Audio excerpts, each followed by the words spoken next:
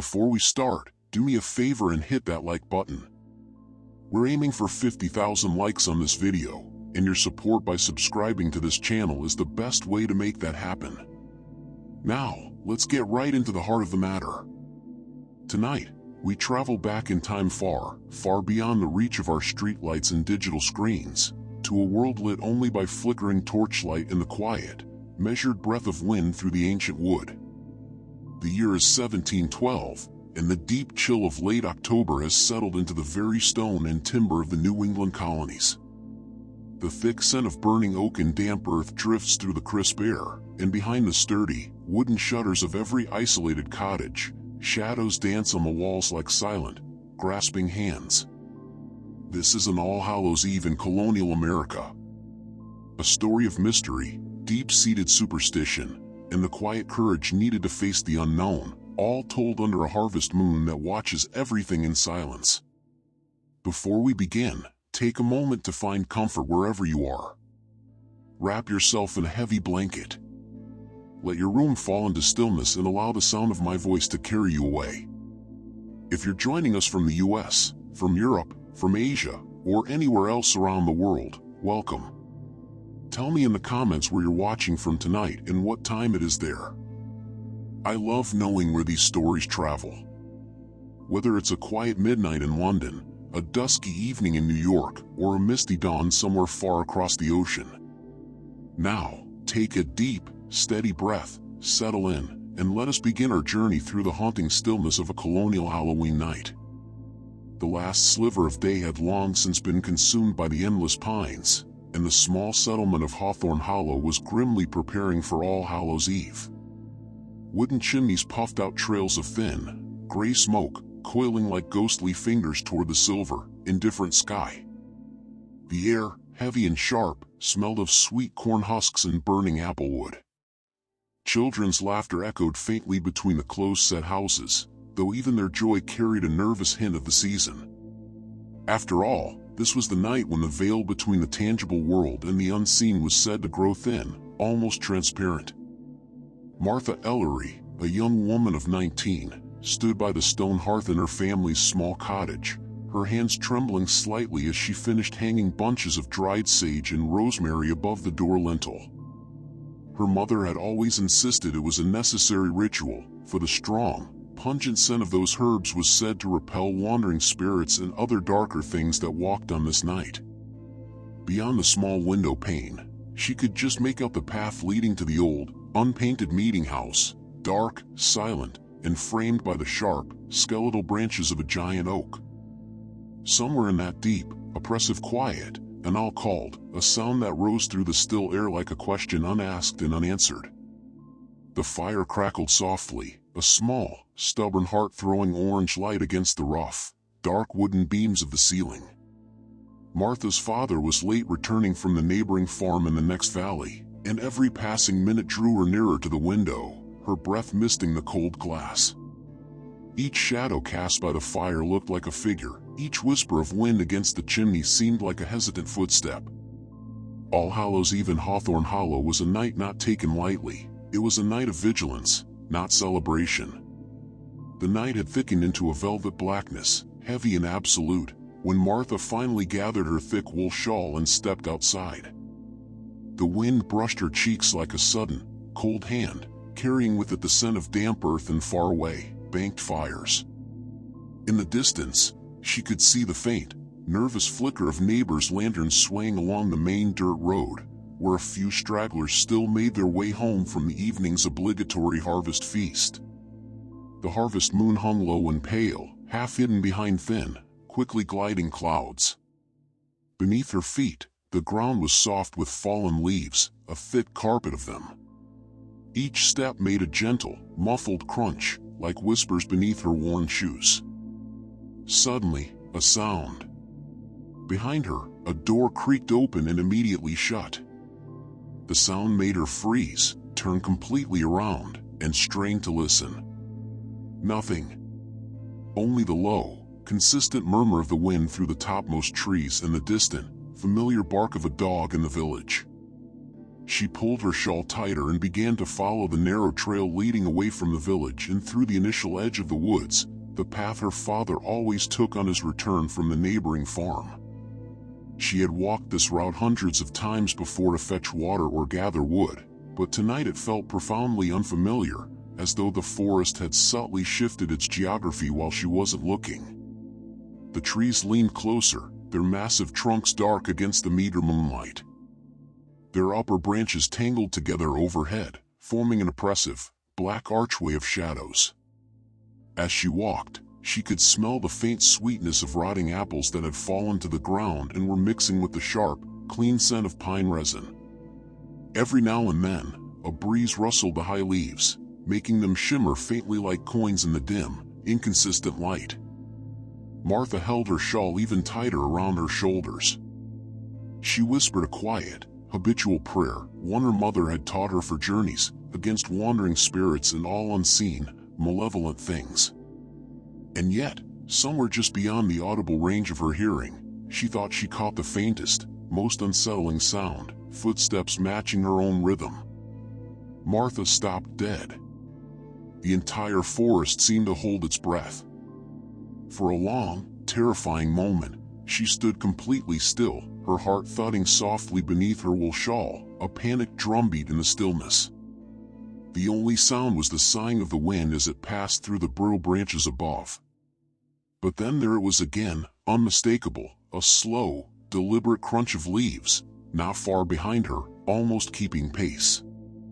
She turned, lifting her small, tallow-lit lantern higher. Its weak glow revealed only the cold, white mist drifting low between the trunks, thin like frozen breath. The path stretched empty behind her, curling into an impenetrable darkness. Yet she could not shake the feeling of being watched, as if the very forest itself were leaning closer to listen to her fear. "Mr. Ellery," she called softly, hoping perhaps it was her father at last, simply weary and walking without care. Her voice broke the silence like a fragile, snapping thread, and when it faded, the woods grew even quieter, absorbing the sound. She waited. Nothing answered. Martha forced herself to move again, one step, then another. The light from her lantern danced along the ground, glinting off wet stones and fallen acorns. She tried to reason with herself, to tell herself it was just her overactive imagination, perhaps a startled deer, or the echo of her own steps against the dense, still night air. But the sound returned, closer and more defined this time. Crunch, pause, crunch. Her pulse quickened, hammering against her ribs. The old, chilling tales her grandmother used to tell began to flutter through her mind, stories of lost, envious souls wandering the woods on All Hallows' Eve, searching for warmth, for light, for someone to follow home. And though she told herself she was too old to believe in such folklore, she found herself whispering, "Please, whoever you are, stay back." The wind stirred again, brushing past her ear like a cold, dry whisper. She thought she heard a name carried on it, her name. But when she spun around again, the path behind her was utterly empty. Martha's breathing grew shallow as she pressed forward.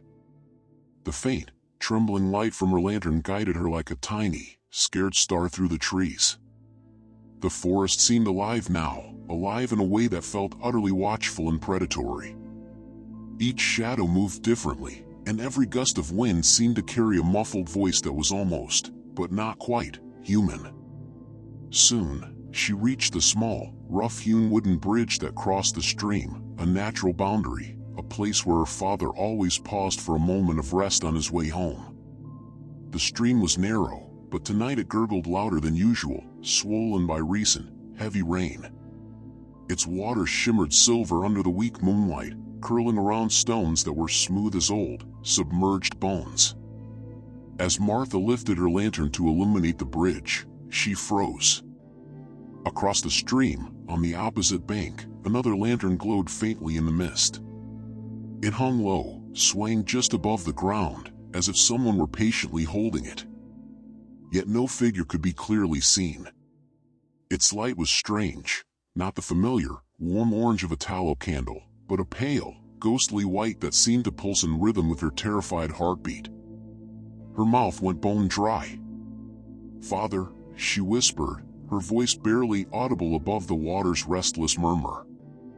The light across the stream didn't move. It just hovered there, flickering with an unnatural regularity, its reflection trembling in the dark current below. She took a single, cautious step closer, the old wood creaking beneath her shoes. Her breath clouded heavily before her in the cold air.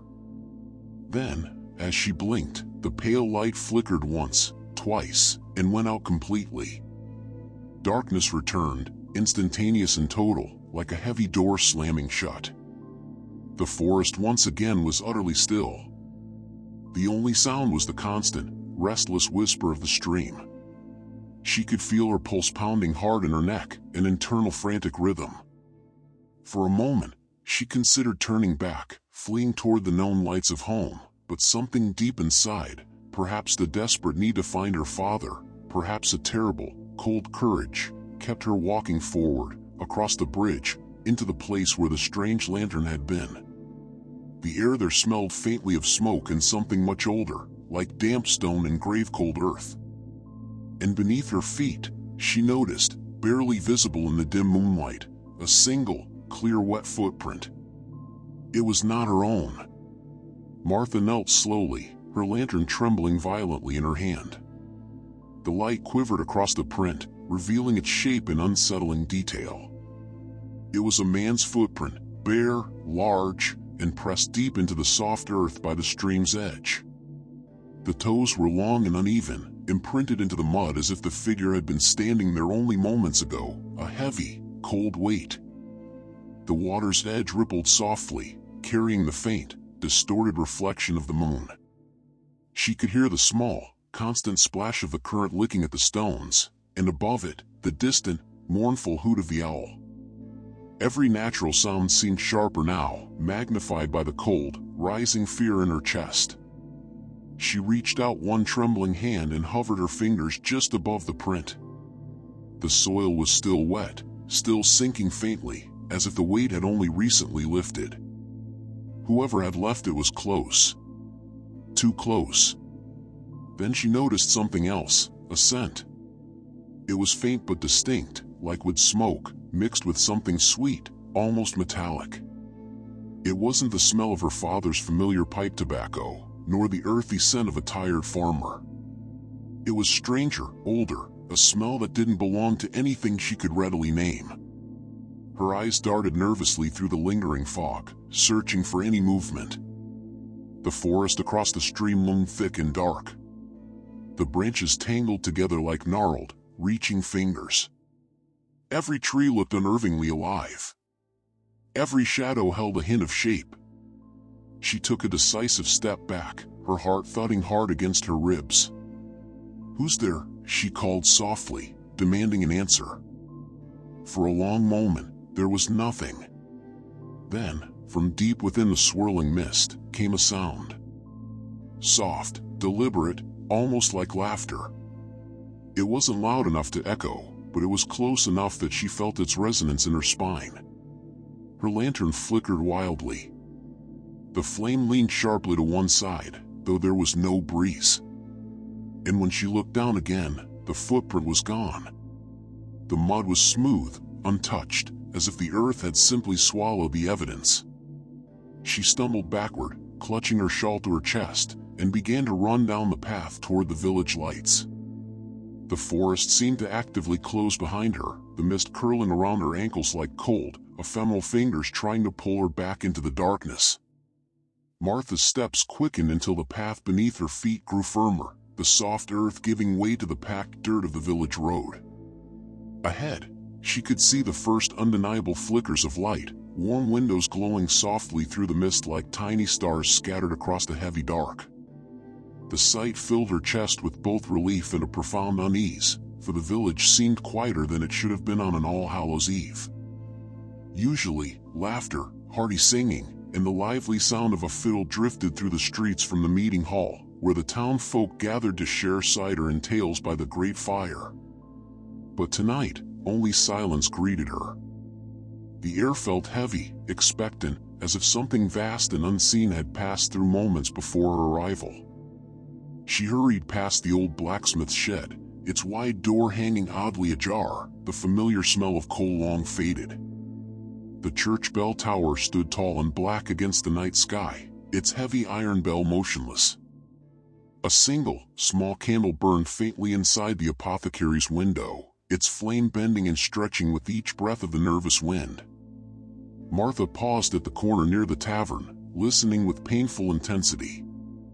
Somewhere, faintly, she thought she heard murmurs, low, unintelligible voices speaking behind closed, wooden shutters.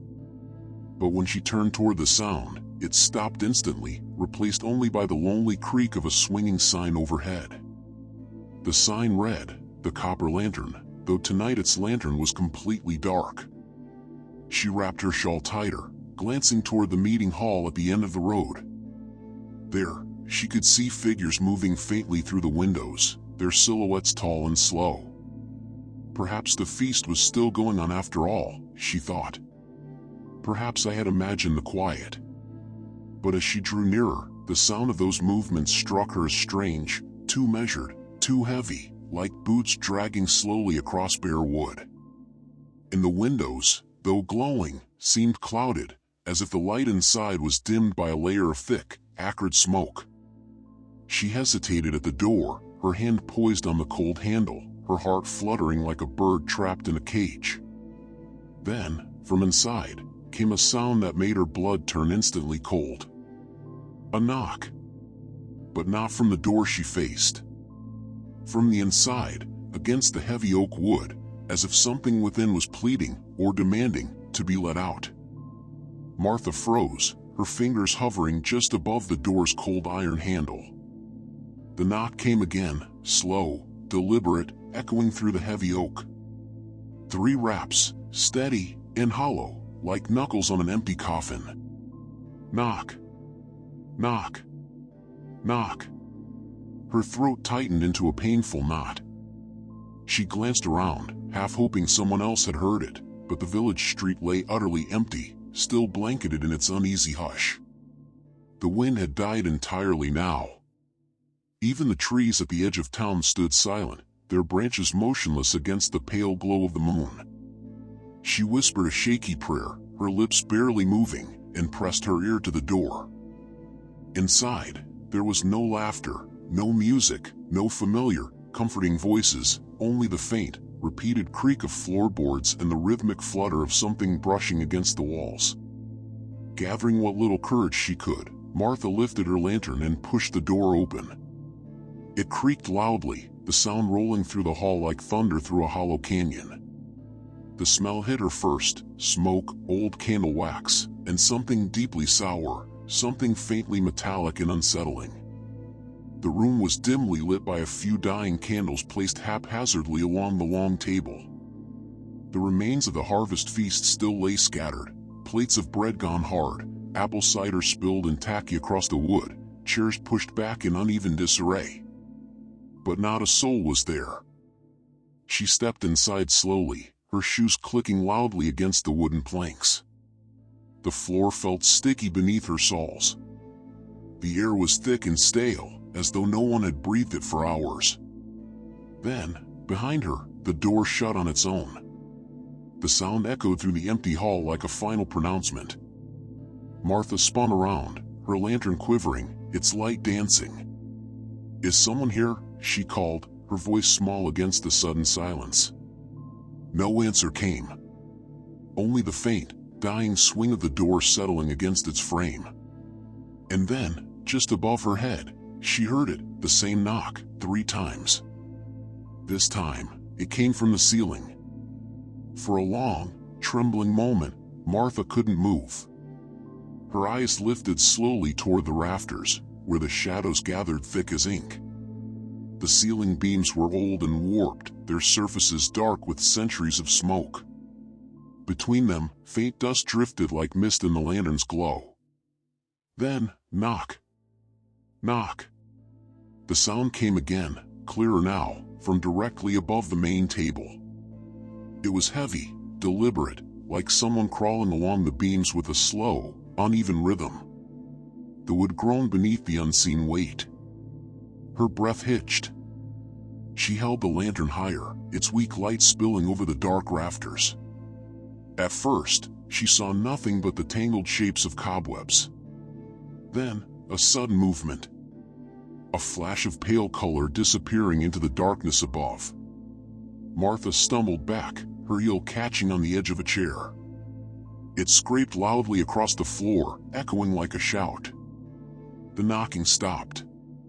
Silence. Her heart thudded painfully in her chest as she tried to steady her breathing. "Who's up there?" she whispered, her voice shaking violently. No reply. She forced herself to look up again, scanning every inch of the rafters.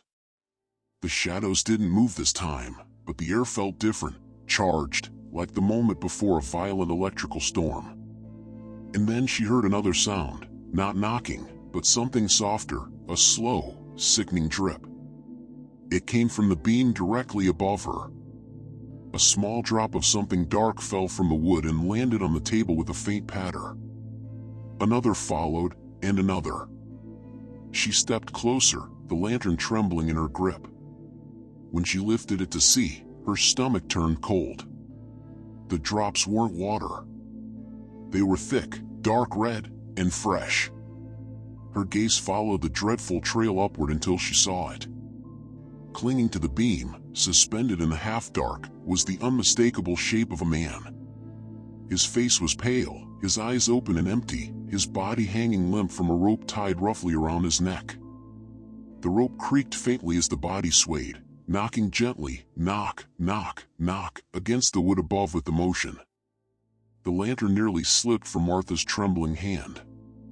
Its light wavered wildly across the rafters, painting the walls in flickering orange and shadow. For an instant, the hanging figure seemed to move, as though it was still alive. But when she blinked, it hung perfectly still again, the faint sway caused only by her own quickened breath disturbing the air. Her pulse roared in her ears, a thunderous sound. She backed away slowly, 1 foot at a time, the hem of her skirt brushing against overturned chairs and cold plates. The scent in the air had changed. It was sharper now, raw and metallic, clinging to her tongue. She wanted to scream, but her voice caught in her throat like a physical knot.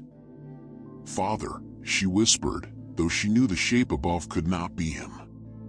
It was taller, broader. She could see the outline of old boots, the rough texture of a wool coat. Whoever it was had been dead for hours, maybe longer. Then she heard something else. Not from above, but from the far side of the hall. A low, dragging sound, like something heavy being pulled across the floorboards. Her eyes darted toward the corner near the fireplace. The shadows there were deep, darker than anywhere else in the room, seemingly consuming the light. The dragging sound came again, slow, deliberate, scraping closer. Martha's lantern flickered, the flame bending violently as though something unseen had brushed past it. The door behind her remained shut, sealed tight, as though bolted from the outside. She wanted to run, to flee into the cold night, but the movement by the hearth held her frozen. The darkness there seemed to shift, to rise, and to breathe. And then, out of that thick shadow, came a whisper so faint she almost believed it was only in her mind. He was the first. Who's there?" she managed to stammer, her voice a reedy tremor. The whisper came again, closer this time, circling her like a voice carried by smoke. The first to open the door when they knocked. The lantern flickered one last, final time, its light faltering, then going out completely. The entire hall was instantly swallowed in blackness. For a few heartbeats, there was nothing. No light, no sound, no movement. The kind of silence that presses against your ears until it feels intensely alive. Martha stood frozen in that absolute blackness, her fingertips still clutching the lantern's cold handle. The faint smell of oil lingered in the air, mixed with the heavy scent of wax and blood. She couldn't see her own hand when she lifted it before her face. The world had dissolved into a darkness so complete that even her sense of direction began to fade. She focused on listening, really listening, for anything beyond her own ragged breath. But the silence held steady, thick and suffocating. Then, softly, came the sound of breathing that was not her own. It came from somewhere behind her, slow, steady, and damp, as though drawn through a throat thick with cold air and dust. Each breath seemed to echo faintly, bouncing off the walls, circling closer. Martha's knees went weak. She turned carefully, her boots scuffing against the wooden floor. Her trembling fingers found the small flint at her belt. With desperate hands, she struck it once, twice. Sparks flared and died quickly in the dark. On the third strike, the lantern flickered weakly to life again, its flame trembling like a frightened, tiny heart. And in that brief light, she saw him. A man stood only a few steps away, half shrouded by the deeper shadows near the long table. His clothes were old, almost tattered, and his skin was as pale as fresh milk. His eyes glowed faintly, reflecting the lantern light, though they seemed to hold no pupils, just two endless, unsettling circles of dull silver. He didn't speak. He only tilted his head slightly as though studying her with an immense, ancient patience. Martha took a step back, her breath quick and shallow. "Who are you?" she whispered, her voice barely a thread. The man smiled faintly, the corners of his mouth twitching upward in an unnatural curve. His teeth were small and too even, like carved bone. "Not who," he murmured, his voice soft as wind through dry leaves. "When?" And before she could speak again, every candle in the hall flared to life at once, burning bright, white, and utterly silent, instantly illuminating the space. The once empty room was now filled with people. Dozens of them, each one sitting perfectly still at the feast table. Each one pale as snow. Each one wearing the same hollow, silver eyes. Martha's lantern trembled in her hands, its glow barely keeping pace with the harsh, cold white light of the new candles. The once empty hall was utterly transformed. The long table, moments ago covered in dusty plates and spilled cider, now held a full, glittering feast. Roasted meats, sweet breads, apples glistening with caramel, and bowls of steaming vegetables. Yet not a single bite had been touched. Around the table sat figures, men, women, and even children, all frozen mid-motion. Their hands hovered over plates or were raised slightly as if in the middle of a toast. Their silver eyes reflected the lantern's light like tiny, cold moons, yet none blinked, none breathed audibly. The smell of old wood and wax mixed with the rich, intense aroma of the feast, an aroma both tantalizing and profoundly unsettling. Martha stepped closer, her boots making small, hesitant sounds on the floor. She noticed details that made her skin prickle with dread. A girl clutching a carved pumpkin, its hollow face frozen in a smile.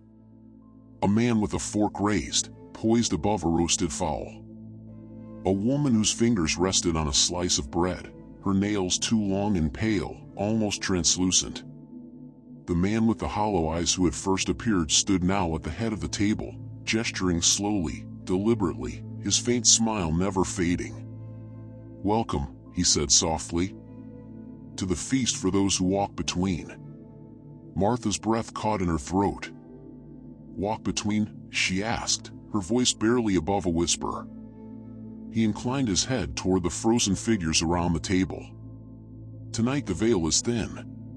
Tonight the living may meet the other. Some come by choice, some by mistake, but all are invited. And now, you are here." A cold, deep shiver ran down her spine.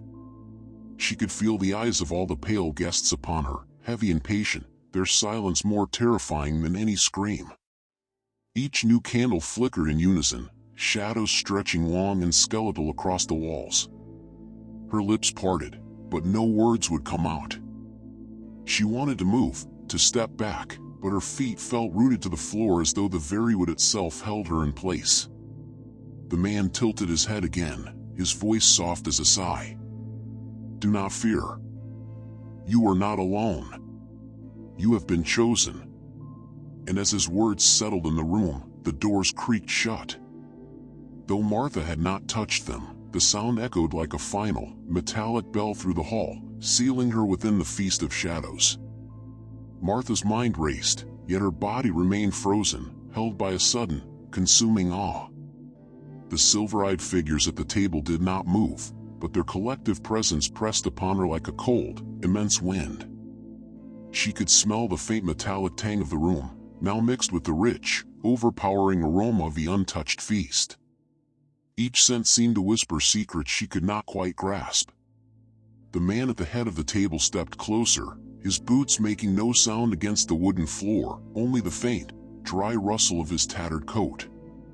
"Tonight," he murmured, his voice a dry, rasping sound, "you may join or observe. But choose carefully. Once you sit, there is no turning back until dawn." Martha swallowed hard, tasting the sharp, bitter tang of fear in her mouth. She glanced at the table again. The plates gleamed as though freshly polished. The food glimmered with a strange, internal warmth. She imagined taking a bite, how the sweetness of caramel apples or the softness of fresh bread might feel on her tongue. But the eyes, the endless, silver eyes of the guests. So many pairs, expectant, waiting. She wanted to step back. Yet the hall seemed to stretch impossibly around her, and the doors were firmly shut, as if the forest itself had followed her inside and sealed the entrance. Even the faint moonlight from the windows appeared muted, smothered beneath a thickening, silver mist. The man's voice floated like smoke through the hall. "Many have walked this path before you. Some never leave. Others return with tales few believe. Will you take a seat, Martha Ellery? Will you partake in the night's ritual?" Martha's hand instinctively went to her shawl, clinging to the rough wool as if it could shield her. Her mind swirled with images of the village outside, of warmth and hearths, of her father returning safely from the farm.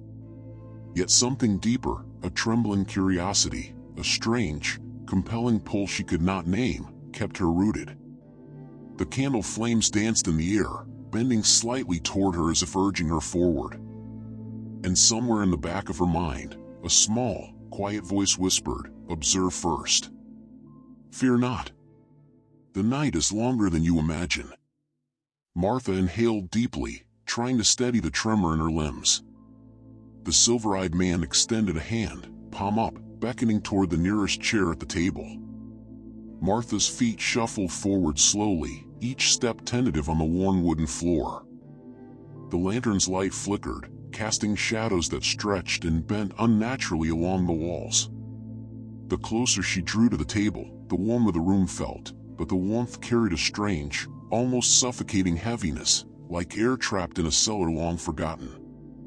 Her eyes fell on the nearest chair, carved from dark oak, with intricate, strange patterns etched into its back. It looked ordinary at first glance, but upon closer inspection, she noticed faint symbols carved into the wood, circles intertwined with lines, almost like a map of the night sky, or perhaps some forgotten language. Her hand hovered over the chair, the lantern quivering in her grip. A quiet whisper echoed, not from the man, but from the very wood itself, soft as moss, brushing against her fingers, "Sit and see." Martha swallowed hard, her throat dry. The smell of the feast rose again, the roasted meat, sweet apples, soft bread, richer now, more intoxicating. Her stomach twisted with a dizzying mix of hunger and fear. With a trembling hand, she grasped the back of the chair and lowered herself slowly. The wood was cool beneath her fingers, grounding her. As she settled, a strange sensation ran up her spine, a warmth like sunlight, yet tinged with the coldness of the night air. Across the table, the silvery figures remained still, but the air around them seemed to hum faintly, a low, continuous frequency. The man at the head of the table leaned slightly forward, his expression unreadable, but patient. "Good," he said softly. "You have taken the first step. Many never do. Martha's eyes roamed over the frozen faces surrounding her. Each one was still, yet she could feel them watching, not with hostility, but with intense expectation, as if they waited to see what she would do next. Then, faintly at first, she heard it, the soft clinking of cutlery, though no hand moved. Plates shifted subtly on the table, the food itself appearing to breathe with a life of its own. A warm, golden light shimmered along the edges of the dishes, inviting and uncanny. Her heartbeat slowed as her initial panic gave way to a detached, fearful awe. Somehow, she understood that this night was a bridge, a space between the living and the unseen, where one could learn secrets meant only for those brave enough to sit. And as the candle flame swayed above, the hall itself seemed to exhale a quiet sigh that mingled with the gentle rustle of the invisible guests. Martha's eyes drifted over the table once more. Though the figures remained still, a faint hum filled the hall like the soft vibration of wind over glass. She realized that the sound was coming not from the guests themselves, but from the feast. The roasted meat seemed to exude a gentle warmth, and the steam rising from the bowls swirled in spirals, catching the candlelight as if performing a delicate, unearthly dance. She reached out hesitantly, and lifted a small slice of bread from a plate nearest her. It was soft, almost unnaturally so, and smelled intensely of honey and cinnamon. When she touched it to her lips, the flavor was immediate, warm, sweet, comforting. Yet beneath it, she tasted something else. A hint of smoke, like a fire long extinguished, and a sharp tang of iron, faint but unmistakable. As she chewed slowly, the whispers began. Not words at first, just a low murmur like the rush of leaves over dry earth. Then, as her senses sharpened from the food, she began to discern fragments. Remember the first step. Do not fear the eyes. Her gaze darted to the silver-eyed figures. They were still, unblinking, silent.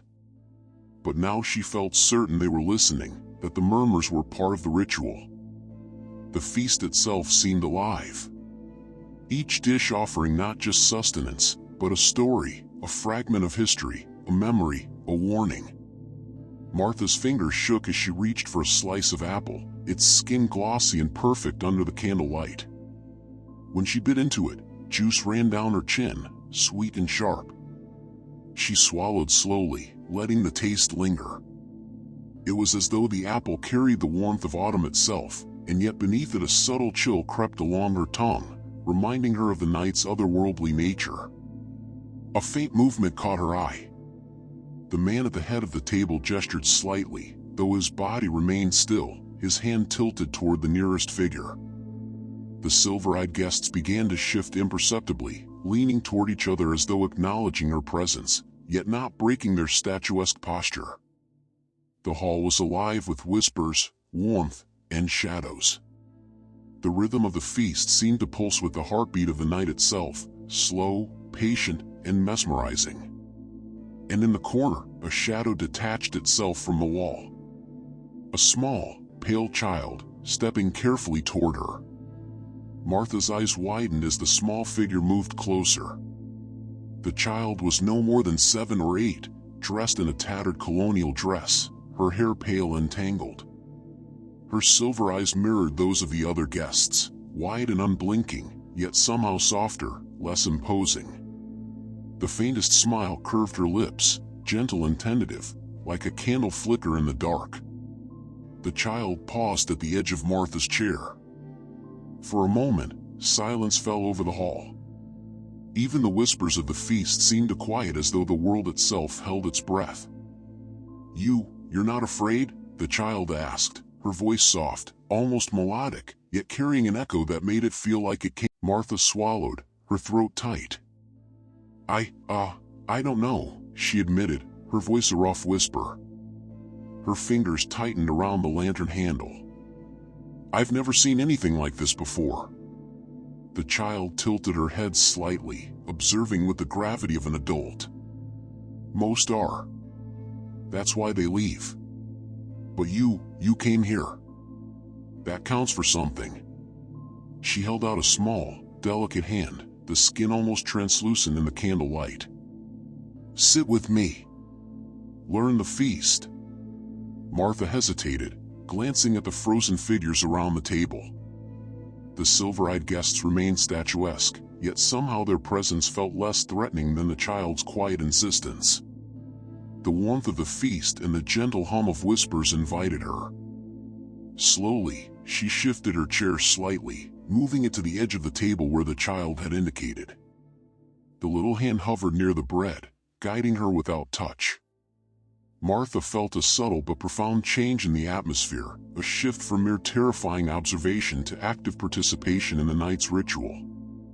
The bread, warm and enticing, sat inches from the child's hand, a silent invitation to a feast beyond the living world. Martha felt a strange calm seep into her chest, a gradual easing of the frantic terror that had driven her into the hall.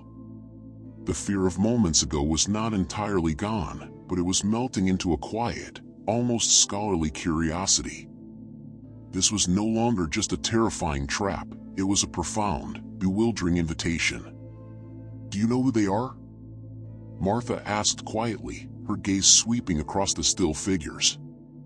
Her voice felt foreign in the thick, candlelit air. "They were like you once," the child whispered, her own voice impossibly soft, yet resonating with an echo of immense age. She nodded toward the silver-eyed guests. "Curious, brave. Some stayed, some left." The child stepped closer, her pale, small hand resting on the edge of the table near a bowl of untouched apples. "Tonight you will learn why, but first you must taste, listen, and remember. Every bite has a story." Martha nodded, swallowing the last knot of fear in her throat. She lifted the small piece of bread just as the child had suggested and felt a subtle shiver run down her spine. It was not fear this time, but a profound sense of anticipation, a readiness to cross a threshold. Outside, the wind rustled through the ancient trees, sighing softly against the leaded glass of the windows. Inside, the hall pulsed gently with a palpable warmth, a faint murmur of whispers, and the quiet, measured rhythm of the feast waiting to unfold. Martha held the piece of bread carefully, lifting it to her lips. The flavor was gentle at first, familiar, comforting, and subtly sweet, the taste of simple hearth-baked bread. But as she chewed slowly, other layers revealed themselves. Hints of smoke, like an old hearth long extinguished, mingled with a sharp, metallic tang of iron, and the faint, bitter precision of herbs she could not name. Each taste carried a memory, as though the food itself remembered those who had once sat here, those who had tilled the soil and shared the loaf. The child watched her closely, silver eyes unblinking, yet imbued with a startling kindness. "Every bite tells a story," she whispered. "Listen with more than your ears. Listen with your senses. Feel it." Martha took another bite, slower this time, concentrating fully on the simple act of chewing. The room seemed to shift in response to her focused attention. She could hear the whispers more clearly now, faint, multi-layered murmurs of voices, some urgent, some sorrowful, some laced with brief, fleeting moments of joy. A woman at the far end of the table raised her hand as though to beckon someone closer, but the motion froze in mid-air, a gesture captured forever in time. The smells intensified. The roasted meat on her plate didn't just smell of dinner, it smelled of pine smoke and winter frost.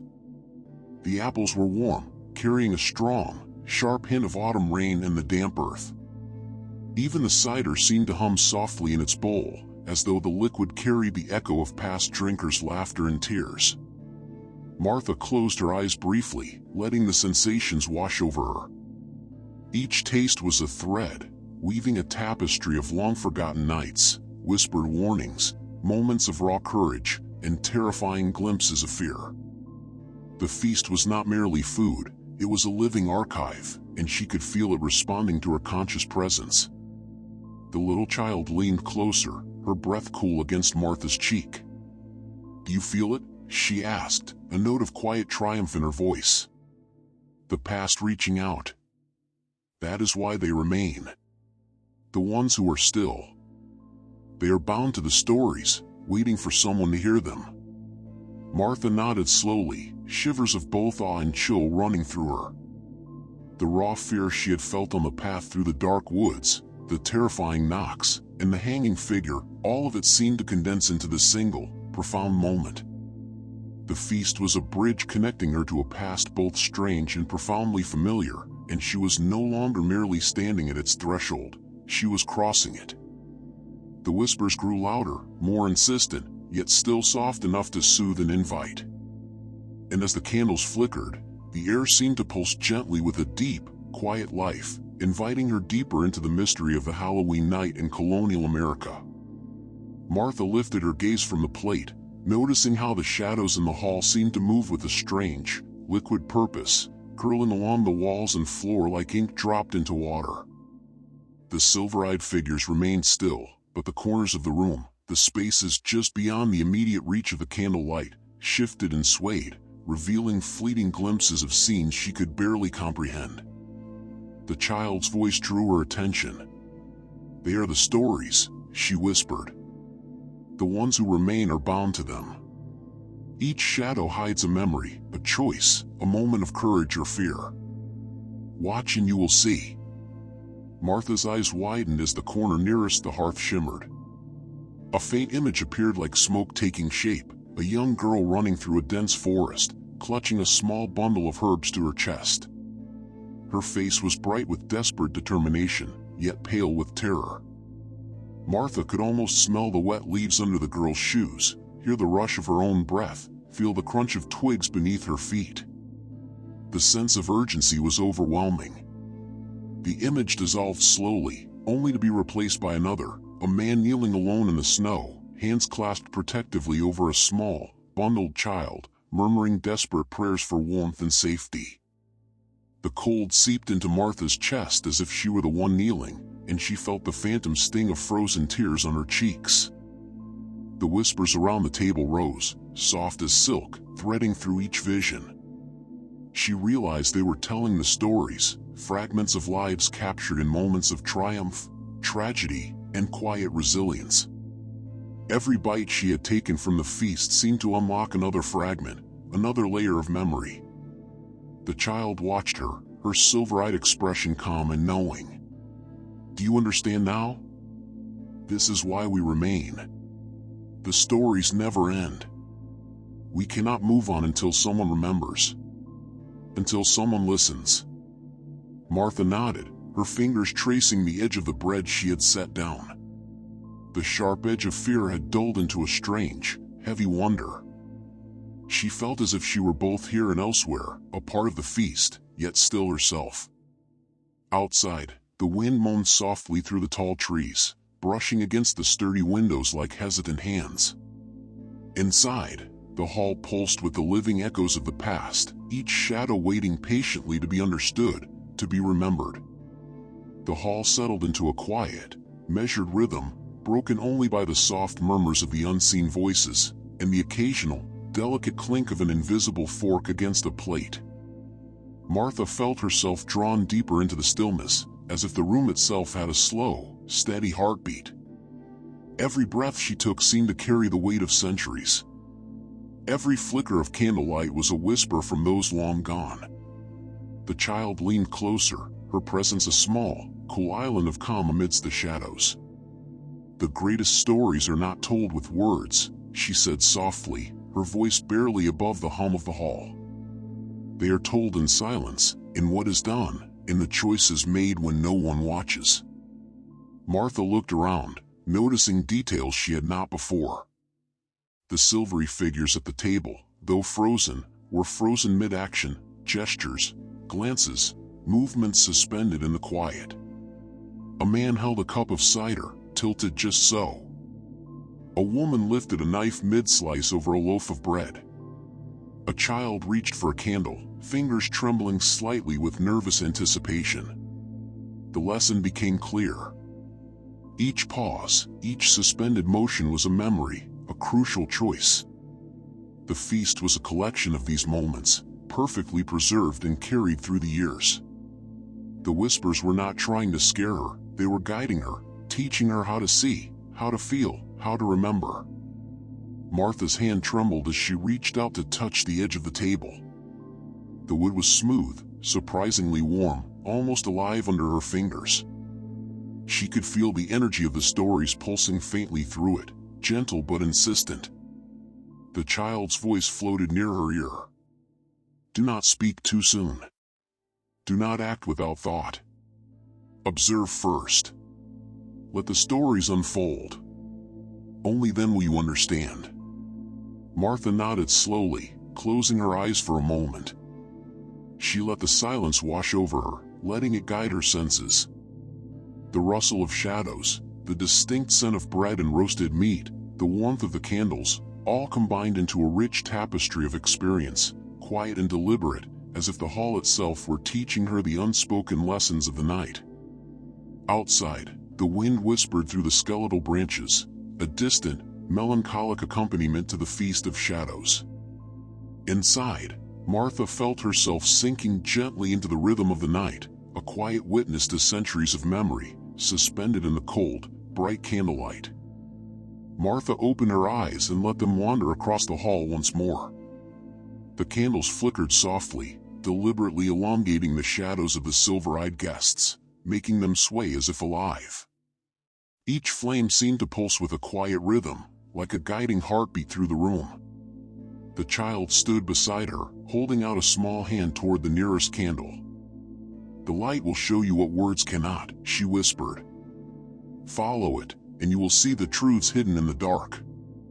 Martha leaned slightly closer, letting the gentle warmth of the candle wash over her fingers. The wax was smooth, the flame dancing delicately above the wick. As she focused, the surrounding shadows seemed to shift, not threateningly, but purposefully, revealing glimpses of what had once been. She saw a man kneeling by a fire, sharpening a tool with careful, patient hands, listening intently to the relentless wind outside. The crackle of the flames seemed so real that she could almost smell the pine smoke, feel the heat on her cheeks. Across the room, a woman arranged herbs in a basket, the faint scent of lavender and rosemary lingering in the air, as if the centuries had held it there in perfect preservation. The child's voice came softly, guiding her attention. Every shadow, every flame tells a story. You must look and you must feel. The veil is thin tonight. Learn and you may carry it forward. Martha reached out toward another candle, its flame bent slightly as though bowing to her touch. A new memory shimmered in the shadows behind it, a boy clutching a lantern as he led a small flock of geese through a misty field, his small frame trembling but determined. She felt the chilling touch of the early morning fog, the soft, downy texture of the feathers brushing her hands, and the quiet pride of a small, unseen triumph. The hall seemed to hum gently, guiding her from shadow to shadow, memory to memory. Each flame revealed another fragment, another story, waiting patiently for recognition. And as Martha breathed slowly, letting the candlelight lead her, she felt the night itself settle around her, a quiet, patient teacher inviting her to linger, to understand, and to remember. Martha's gaze followed the flickering candlelight as it danced across the hall, revealing glimpses of past lives frozen in motion. The child at her side guided her silently, her small hand brushing against the air, as if pointing out secrets hidden just beyond the visible. From the shadows nearest the hearth, a soft murmur emerged. It was a voice, barely audible, like the rustle of dry leaves in the wind. Martha leaned closer, and the words became agonizingly clear. I once left my brother behind. A vision formed, subtle yet vivid. A boy, no older than 10, huddled in the corner of a cold barn, tears streaking his dirt-smeared face. The strong scent of hay and cold stone filled the air, mingling with the faint metallic tang of fear. In the dim candlelight of the memory, Martha could feel the boy's shallow breaths, the trembling of his small hands as he reached for his fallen cloak. The whispers wound around her, carrying more details, the scrape of a boot across the wooden floor, the muffled sob of another child somewhere distant, the pervasive smell of smoke from a fire burning just out of reach. The child beside her whispered soft and low, "Not all who remain here are lost." Some are waiting for remembrance, for someone to honor the moments they feared no one would ever see. Martha's fingers grazed the edge of her plate as she absorbed the story. She could taste the faint sweetness of the bread she had eaten earlier, but now it carried the bitter, sharp tang of that long-ago sorrow. She understood this was more than a feast. It was a library of moments, preserved in shadow, waiting for the living to bear witness. Outside, the wind moaned gently against the windows, as if echoing the story she had just glimpsed. Inside, the candlelight pulsed in quiet rhythm, urging her to continue, to see more, to understand. And as she took another slow, deliberate bite from her plate, Martha felt herself stepping deeper into the night's delicate weave of memory and shadow. Martha's eyes drifted back to the silvery figures. Though frozen, their gaze felt tangible, as if the very air around them was charged with awareness. The flickering candlelight reflected off their eyes, turning them into tiny mirrors that held centuries of observation, secrets, and quiet longing.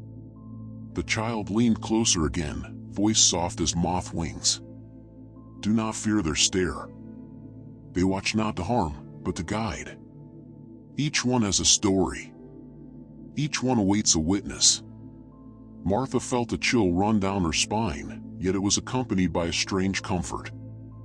She realized that the eyes were not empty. They were full of memory, the essence of lives long past, preserved in silver light. When she looked at them, she glimpsed fragments. A mother rocking a cradle in a dimly lit room, the scent of linen and lavender surrounding her.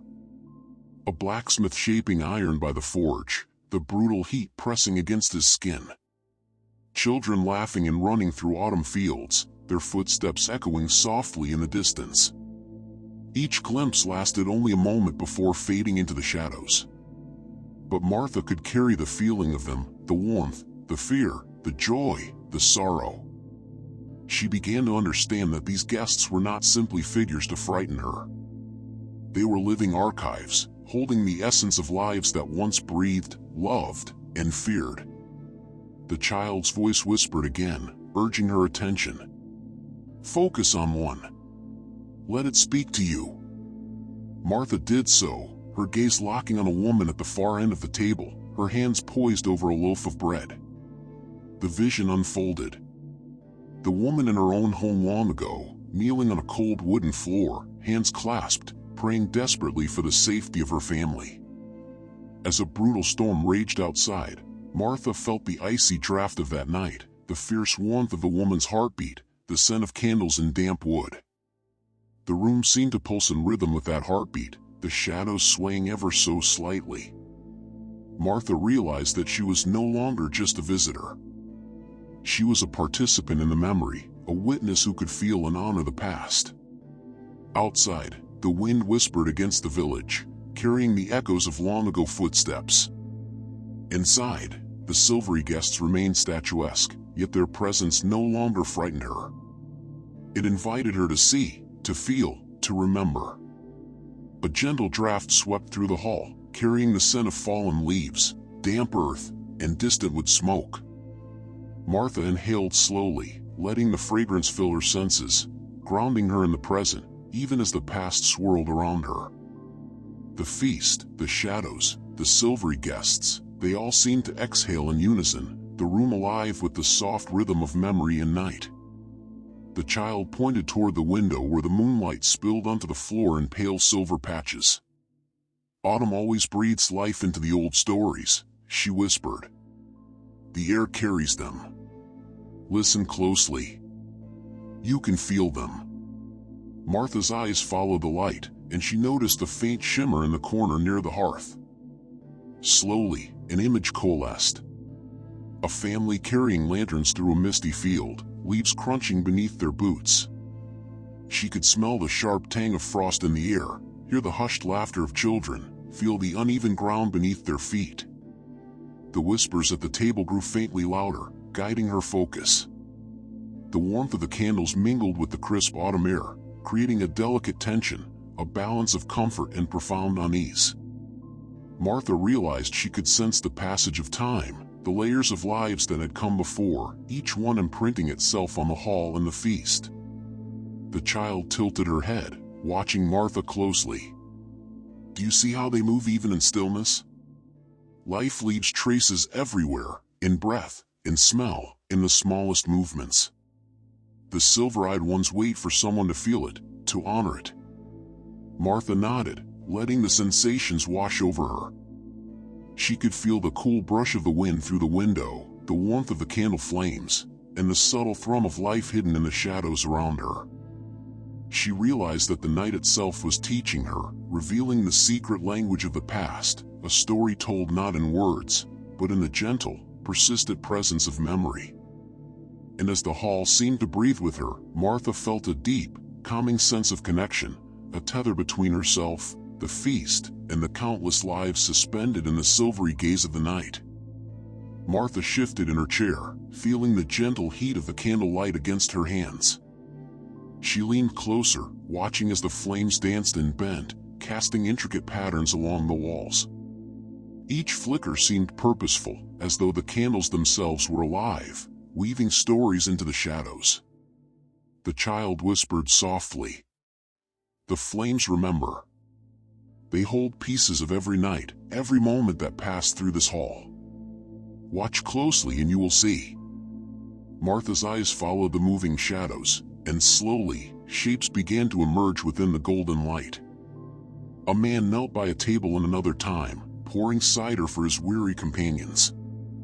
She could smell the sweet tartness of the apples, hear the low murmur of conversation, and feel the warmth of a fire nearby.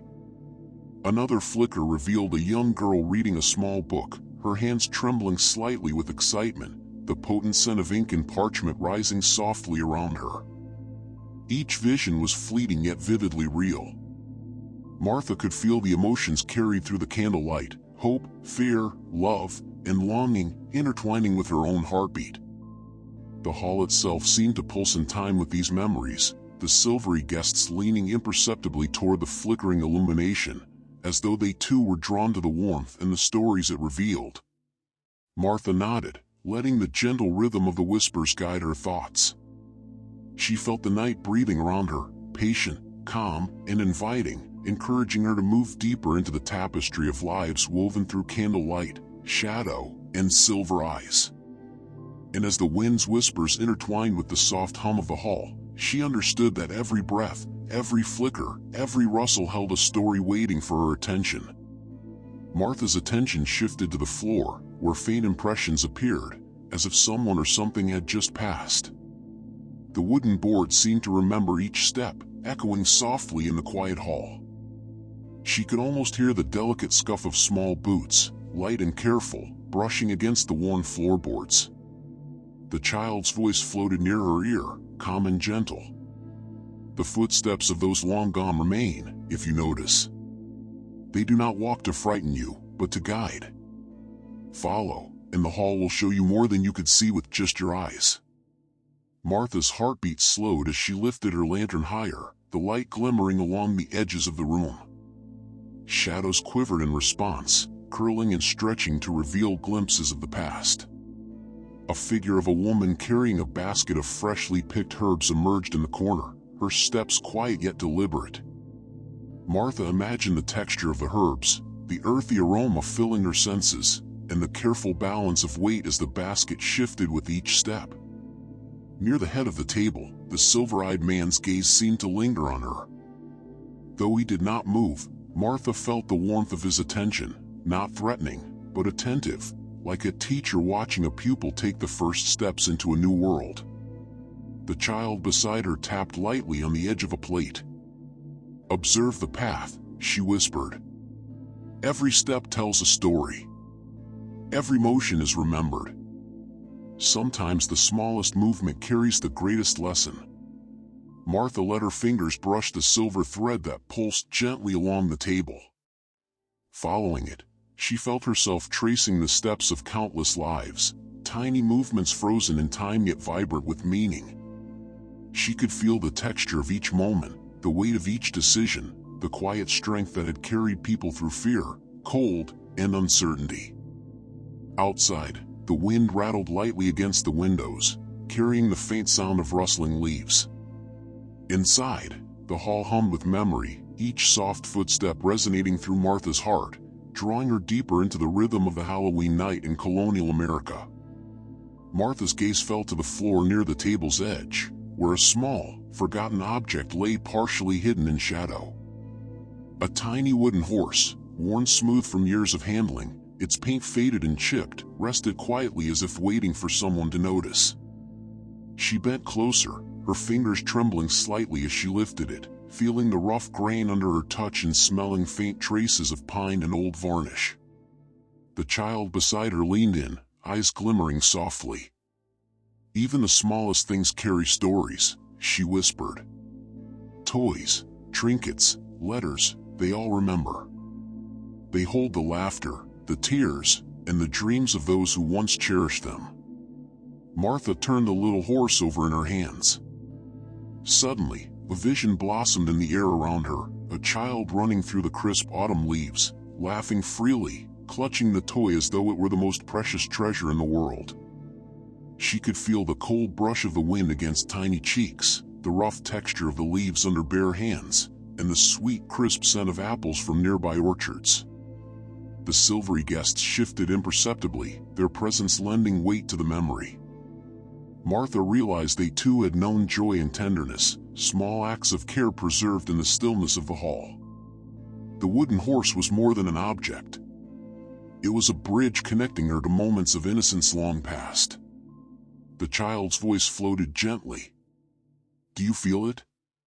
The warmth, the joy?" Remembering is not only seeing the sorrow, but feeling the laughter and hope, too. That is why they linger, why the hall remains. Martha placed the toy carefully on the table near her plate, its worn edges catching the candlelight. She closed her eyes and breathed deeply, letting the memories settle within her. The room seemed to hum softly around her, a quiet lullaby of shadow and light, history and presence, guiding her deeper into the rhythm of the Halloween night. Martha turned her attention to the hearth, where faint wisps of smoke seemed to curl lazily toward the ceiling, carrying a warmth that reached her even from afar. The scent of burning wood mingled with the sweet aromas of the feast, honeyed bread, roasted meat, and spiced cider, creating a rich tapestry of smells that felt both familiar and distant, like a memory half remembered. The child at her side tilted her head toward the hearth. "The heart of every home carries a story," she whispered. "Even when the people are gone, the scent, the warmth, the echoes remain. Close your eyes and you may step inside those moments." Martha did so, inhaling deeply. The hall faded, and she imagined herself kneeling before a small, crackling fire in a modest colonial kitchen. She could feel the heat radiating against her skin, the roughness of the floorboards beneath her knees, the comforting hum of family voices drifting from nearby rooms. A kettle sang softly, the steam curling into the air, carrying the faint tang of herbs and dried flowers. A vision appeared, a mother tending the fire, her hands careful and steady, humming a soft tune while her children played nearby. The smell of smoke and baking bread wrapped around Martha, warm and inviting. She could almost taste the sweetness of the cider simmering on the stove, feel the gentle tug of a child's hand brushing against hers. The child's voice floated beside her, gentle as a breeze. "Even the simplest moments are sacred. They teach patience, love, and resilience. Every hearth holds countless untold stories, waiting for someone to feel them." Martha opened her eyes, the hall around her pulsing softly in response. The silvery guests remained statuesque, yet she sensed a quiet approval in their presence. She had not only faced the fear of the night, but had also embraced the warmth of its memory. Every flicker of candlelight, every shadow stretching across the walls seemed to honor the memory she had just glimpsed. She breathed deeply again, letting the warmth of the hearth and the comforting scent of home settle within her. The Halloween night in colonial America stretched on, rich with stories both sorrowful and joyful, each waiting patiently for her to see, feel, and remember. Martha's ears tuned to a new sound, a faint, almost imperceptible melody drifting through the hall. It was not played by any visible instrument. Yet each note was clear and distinct, delicate as a spider's web vibrating in the moonlight. The soft, haunting strains seemed to weave through the flickering candlelight, threading between shadows and the silvery figures as though the hall itself was singing. The song was ancient, possessing a rich, mournful timbre underscored by moments of sudden, sharp clarity. The child leaned closer, her voice a gentle murmur. "The night has its own music," she said. "It carries the joys and sorrows of those who lived here long ago. Listen, and you will hear the heartbeats behind every memory." Martha closed her eyes, letting the sound wash over her. She felt it not only in her ears, but in her chest, a gentle pulse echoing alongside her own heartbeat. Each note seemed to tell a story, a mother rocking her child with quiet devotion, a farmer returning from the fields, his boots heavy with mud, children chasing each other through golden autumn leaves with breathless delight. The music was soft, patient, and tender, never rushed, never loud, perfectly attuned to the slow rhythm of the hall. The silvery guests seemed to sway imperceptibly to the melody, as though responding to an invisible conductor. Even the flickering candle flames bent slightly, dancing in harmony with the unseen tune. Martha could feel the warmth of the fire, the sweet scent of the feast, and the echo of countless footsteps blending seamlessly into the music, creating a living tapestry of sound and memory. The child's hand brushed against hers, guiding her attention. Music carries what words cannot. Every life has its song. Tonight, you hear them all. Martha took a slow, deep breath, letting the melody settle into her mind and heart.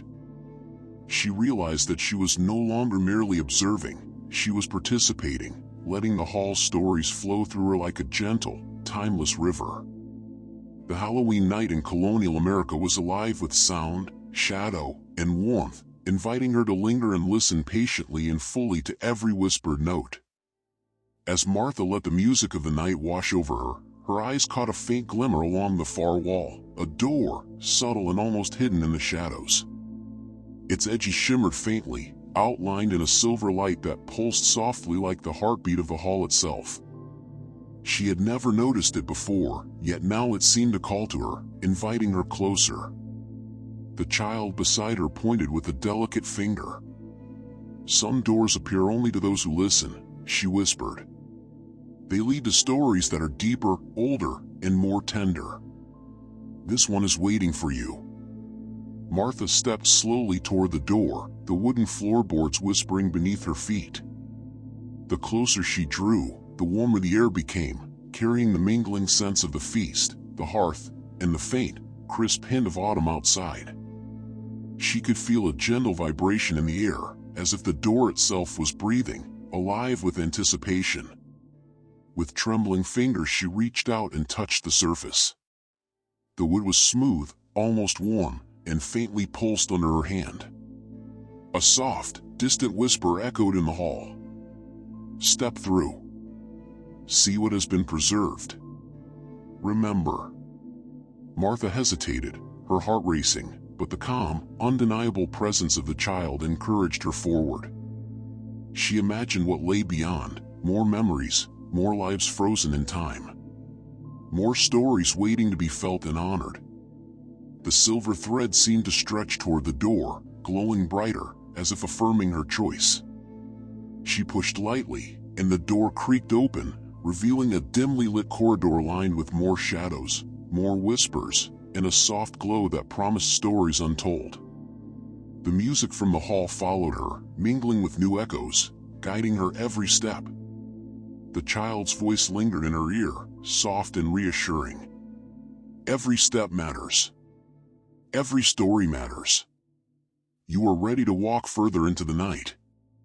Martha took a slow breath, letting the warmth, the glow, and the whispers envelop her as she stepped through the glimmering door, ready to journey deeper into the hidden tales of Halloween night. Martha stepped through the glimmering door and found herself in a narrow corridor, dimly lit by flickering lanterns that seemed to float without chains or holders. The walls were lined with shadows that shifted gently, whispering faintly as she passed. Each step she took echoed softly, but it was not her own footsteps she heard. It was a chorus of many, layered across time, overlapping like a delicate tapestry of sound. The child followed silently, guiding her along the corridor. "These echoes belong to those who walked here long ago," she whispered. "Each voice, each footstep carries a story. Listen carefully and you may learn their secrets." Martha paused, closing her eyes, focusing intently. The whispers grew clearer, more distinct, a mother comforting a frightened child, the sharp scrape of a quill across parchment, the soft, quick laughter of children chasing each other in a garden. She could feel the textures of the moments, the rough paper under her fingers, the soft cotton of a child's dress, the decisive crunch of autumn leaves beneath hurried feet. The corridor seemed to stretch infinitely, yet she felt no fear. Instead, a gentle warmth enveloped her, like the familiar embrace of a remembered home. Each shadow leaned slightly toward her as she passed, as if welcoming her presence, acknowledging her willingness to bear witness. The child's voice drifted beside her. "Time folds here. Past and present meet, and the night remembers. You are walking not only through a corridor, but through the lives that built it. Every story has its place, and every memory waits for acknowledgement." Martha inhaled deeply, the strong sense of old wood, candle smoke, and distant earth filling her senses. She realized that the whispers were guiding her, each one a thread leading to new discoveries, deeper memories, and the hidden heart of the Halloween night. And as she moved forward step by step, the corridor seemed to pulse gently around her, alive with stories, warmth, and the quiet invitation to explore further. Martha continued down the corridor, her lantern casting long, wavering shadows along the walls. The air grew richer with scent, the mingling aromas of burning pine, spiced cider, baked bread, and faint traces of wild flowers long past their season. Each inhalation seemed to pull her deeper into a memory, connected. The corridor opened suddenly into a larger chamber, and Martha stopped, breath catching in her throat. Before her stretched a hall of faces, each wall lined with faintly glowing visages, pale, luminous faces suspended in shadow. Some were joyful, eyes crinkled with laughter. Others were tense, brows furrowed in worry or sorrow. Every expression felt alive, as though the faces were quietly observing her, waiting for her acknowledgement. The child moved beside her, voice soft and guiding. "Every face is a story. Look closely. See what they felt. Hear what they whispered in their own lives. These are the souls who linger. Not out of malice, but because their stories need a witness."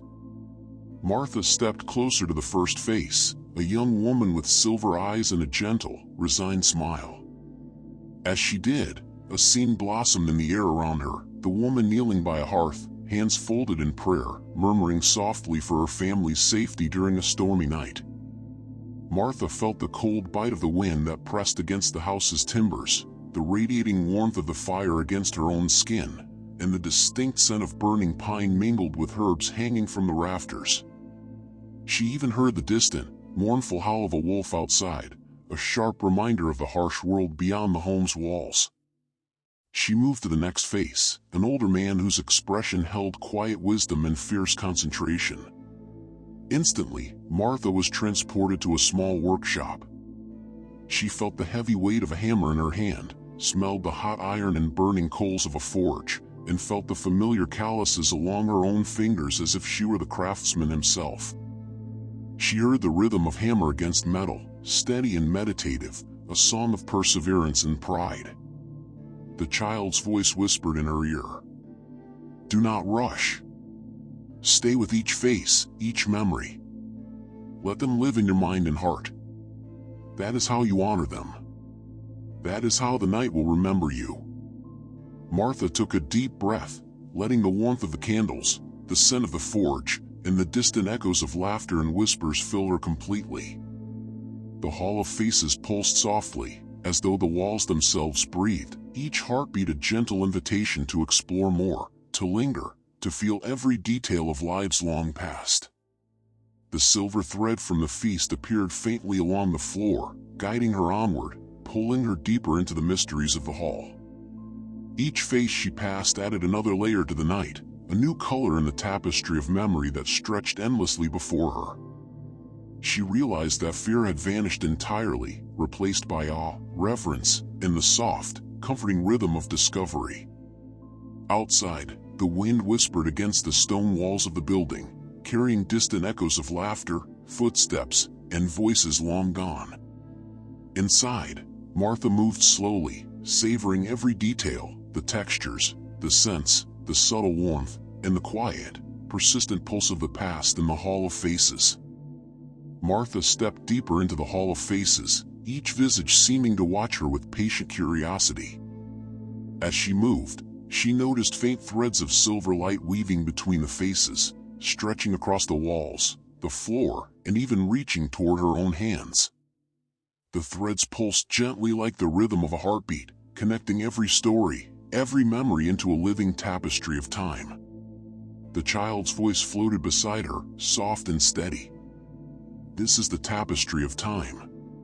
Each thread represents a life, a choice, a moment that mattered. They linger here, waiting for someone to see, to feel, to honor them. Martha reached out to touch one of the threads. Instantly, a vision blossomed, a young boy trudging through a frost-covered field, carrying a lantern to guide his younger sister home. She felt the icy chill against her fingers as if they were his own, the damp crunch of frost under boots, and the faint tang of smoke from distant chimneys drifting across the night air. She even felt the nervous excitement of responsibility, the tension in the boy's shoulders as he glanced back to ensure his sister followed safely. Another thread pulsed under her fingertips, leading to a different scene. A family gathered around a table in a candlelit kitchen, sharing a simple, quiet meal. Martha could smell the rich aroma of roasted vegetables, the sweetness of honey in their bread, and the faint lingering warmth of the fire. She could hear the gentle murmur of conversation, the soft clinking of utensils against plates, and the contented sigh of satisfaction as each person savored the moment. The child leaned closer, eyes glinting with quiet pride. Do you see? Every life leaves its mark, and every mark carries meaning. The tapestry is not only what happened. It is what was felt, what was cherished, what was remembered. Martha's fingers followed the silver threads as they intertwined, weaving together scenes of joy and sorrow, triumph and fear, laughter and quiet contemplation. The hall itself seemed to hum in response, a soft, soothing vibration that matched her own heartbeat. Each thread was a story, each story a living presence, and she felt herself becoming a part of this delicate web.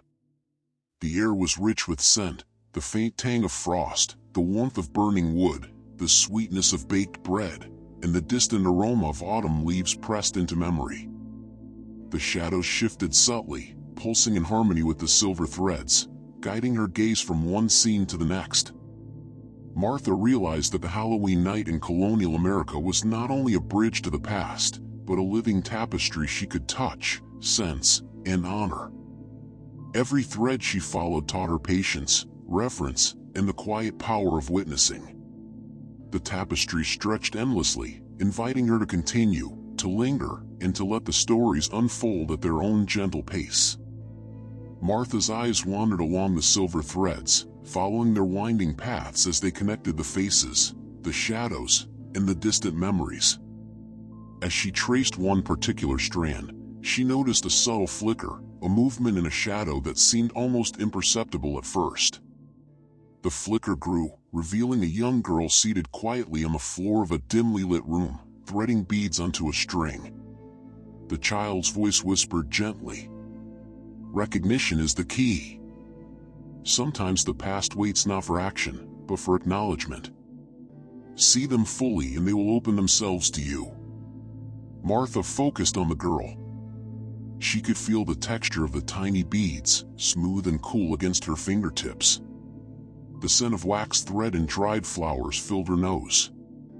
The girl's hands moved with meticulous care, threading each bead in deliberate sequence, and Martha could sense the quiet pride and patience behind each motion.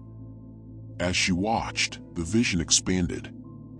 She saw the room around the girl, rough wooden walls decorated with small, cherished trinkets, a single candle flickering on the windowsill, casting a warm glow across the space. The air smelled faintly of herbs and beeswax, and she could hear the gentle crackle of the candle flame and the soft rustle of threads sliding through fingers. The child at her side added softly, "They wait to be seen, to be understood. When you recognize their presence, you give them life again. This is the power you hold." Martha felt a gentle shiver run through her body, not of fear, but of profound connection. She realized that recognition was an act of care, a bridge between the living and the past. She could see the story not just with her eyes, but with her heart. The hall seemed to respond to her focus. The flickering candle light glowed a little warmer, the shadows softened, and the silver threads pulsed gently as if acknowledging her awareness. Each detail of the scene, the girl's slow, steady breathing, the warmth of the candle on her hands, the faint creak of the floorboards, seemed to invite Martha to linger, to drink in the life that remained within the memory. She understood that Halloween night in colonial America was not simply about spirits or fear. It was about witnessing, honoring, and holding space for lives that had once been vibrant and full of nuance. The hall hummed softly around her, alive with recognition and quiet energy. Martha took a deep breath, savoring the scents, the warmth, and the gentle pulse of the night, feeling herself entwined with the stories she had discovered. Martha stepped further into the Hall of Faces, her senses now fully attuned to every subtle detail around her. A faint sweet fragrance drifted toward her, carried on an unseen breeze, and she recognized it immediately, the scent of flowers pressed into memory, marigolds, lavender, and the faint, earthy tang of soil long undisturbed.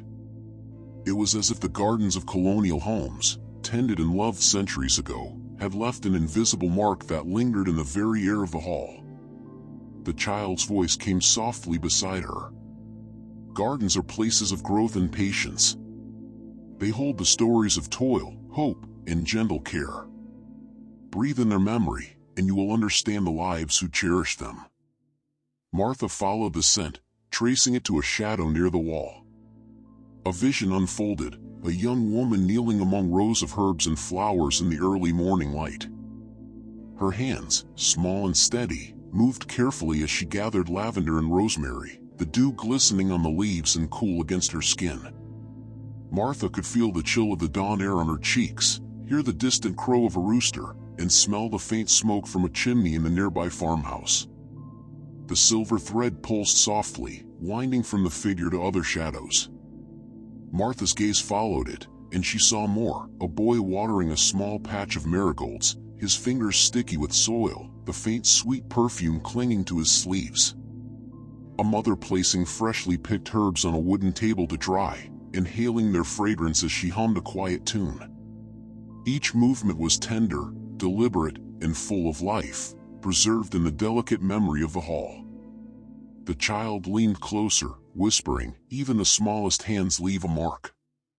The gardens remember care, hope, and love, and so do we." Martha inhaled deeply, letting the scents mingle with the warmth of the candles and the soft music of the hall. The shadows swayed gently, as if breathing in unison with her, and the silver threads glimmered, connecting garden to hearth, memory to memory, life to life. She felt the cool texture of soil under her imagined fingers, the faint brush of leaves against her hands, and the warmth of sun long set but lingering in memory. The gardens, forgotten yet preserved, offered her a quiet lesson, that even in absence, love and care leave traces patiently waiting to be seen, felt, and honored. Martha's attention drifted from the lingering scent of gardens to the walls and beams of the hall itself. Each plank of wood seemed to hum with quiet life, carrying the faint creak of centuries past. The air was filled with the subtle aroma of aged oak, pine, and cedar, wood that had witnessed generations, absorbed laughter, sorrow, and quiet conversation. The child's voice floated beside her, almost blending with the soft creaking of the floor. "Wood remembers," she whispered. Every step, every touch, every word spoken near it leaves a trace. Listen, and it will tell you stories no eyes can see. Martha pressed her hand lightly against one of the dark beams. The texture was rough yet strangely warm, as if the wood itself welcomed her touch. Immediately, a vision arose, a carpenter shaping a chair in the quiet morning light. She could feel the rough rasp of shavings against her fingers, smell the sharp scent of fresh-cut timber mixed with sawdust, and hear the rhythm of hammer and chisel as the man worked patiently, each stroke precise and reverent. The silver threads pulsed along the beam, guiding her to another memory, children leaning against a wooden railing, whispering secrets as their parents worked nearby. Martha could sense the heat of the sun spilling through the windows onto their faces, feel the rough texture of the railing beneath her hands, and hear the soft giggle of a secret shared. The child's small hand rested atop Martha's, her warmth grounding her. Even in stillness, wood carries the heartbeat of life, she said. It is a silent witness, a keeper of all that has passed through this hall. Martha inhaled deeply, letting the scents and textures envelop her. The hall seemed to respond. The shadows softened, candle flames swayed gently, and the silvery guests leaned ever so slightly closer, attentive and patient. Each heartbeat of the wood, each creak of the floor resonated in her chest, filling her with calm understanding. She realized that the hall was more than walls and tables. It was a living archive, a tapestry of memory made tangible through smell, sound, and touch. Every board, every beam, every panel carried a story waiting for recognition, and she felt honored to be there, to witness, to feel, and to remember. As Martha lingered among the living memories in the hall, a subtle change in the air caught her attention. The warmth of the candlelight mingled with a faint cool draft that wound through the space, carrying with it the crisp metallic tang of autumn air just past twilight. The scent of frost-kissed leaves drifted through the room, mingling with the lingering warmth of the hearth, creating a balance of cold and comfort. The child's voice brushed against her ear, soft and steady. "Midnight carries truth," she whispered. "It is the hour when memories speak clearly, when shadows release what has long been held inside. Feel the chill. It is not meant to frighten, but to awaken your senses." Martha shivered slightly, but the sensation was not unpleasant. Instead, it heightened her awareness. She felt the subtle shift in the wooden floor beneath her feet, the faint brush of cold air against her skin, and the contrast of the warmth from the candlelight that painted the walls in flickering gold. In the corner, a vision unfolded, a young man trudging through a moonlit field, carrying a lantern, the frosty ground crunching softly beneath his boots. She could feel the bite of the cold wind, smell the dry grass, and hear the distant hoot of an owl echoing across the night. The silver thread pulsed gently, connecting him to a farmhouse where his family waited, worry etched into the candlelit windows. The child's eyes glimmered with quiet wisdom. Midnight reveals both fear and courage. It shows what was endured, what was overcome. The cold sharpens memory. It helps us see clearly the lives that passed before us. Martha's gaze swept across the hall, taking in the silvery guests, the flickering shadows, the tapestry of memories that stretched around her. She could sense the chill threading through each vision, weaving a delicate tension that highlighted the warmth of hearth and heart, of care and resilience. She breathed deeply, feeling the sharpness of the air mingle with the comforting sense of wood, candle smoke, and autumn leaves. The night pressed in softly, yet lovingly, guiding her through each story, urging her to honor the courage, patience, and quiet heroism etched into every moment preserved in the hall. As Martha continued through the hall, a new sensation reached her, a soft rhythmic pattering outside. She walked toward a window, the candlelight reflecting faintly on the glass, and saw the shimmer of tiny droplets on the panes. The scent of wet earth and autumn leaves drifted in, mingling with the warm aromas of the hearth and feast. It was a subtle perfume of life, renewal, and quiet reflection. The child's voice was near, calm and guiding. "Rain carries memory, too," she whispered. It touches what is alive and what remains. Listen, and you can feel the stories it has washed through the years. Martha leaned closer to the window, and the vision unfolded, villagers moving along a narrow lane, cloaks pulled tight, umbrellas fashioned from coarse cloth. She could hear the soft splash of water on stone, the muted chatter of neighbors greeting one another, and the gentle creak of wooden cartwheels. She felt the chill of raindrops on her hands, the slick smoothness of stone beneath her feet, and the delicate coolness that contrasted with the warmth of the candlelit hall. A child darted ahead, laughing quietly, a small bundle of herbs in one arm, her shoes squelching in the rain-soaked path. Martha could smell the fresh greenery mingled with the damp earth, feel the dampness seeping into the soles of her shoes, and hear the soft rhythm of footsteps merging with the patter of rain. Each detail resonated, vivid and tender, as though she were walking alongside the figures herself. The child beside her whispered, "Rain remembers care, labor, joy, and sorrow. It carries the imprint of all who lived under its touch. Let it wash over you. You are part of the flow tonight." Martha inhaled deeply, letting the scent, the sound, and the gentle chill envelop her. The hall seemed to embrace her in response, shadows stretching gently toward the windows, candle flames dancing in harmony with the rhythm of the rain. Every silvery figure, every thread, every flicker of memory, seemed alive with the pulse of life, renewed, resilient, and quietly persistent. She realized that the rain, like the hall itself, carried both the weight of history and the soft promise of presence, teaching her that every detail, every moment was sacred, waiting to be honored and remembered. Martha's gaze wandered from the rain-slicked windows to the lanterns hanging along the walls of the hall. Each lantern seemed alive, its flames flickering with a subtle intelligence, casting moving patterns of light and shadow across the polished wood floors and painted walls. The glow was warm yet gentle, soft enough to lull the senses while highlighting the delicate beauty of every detail in the room. The child leaned closer, her whisper blending with the soft hum of the hall. "Lanterns carry more than light," she said.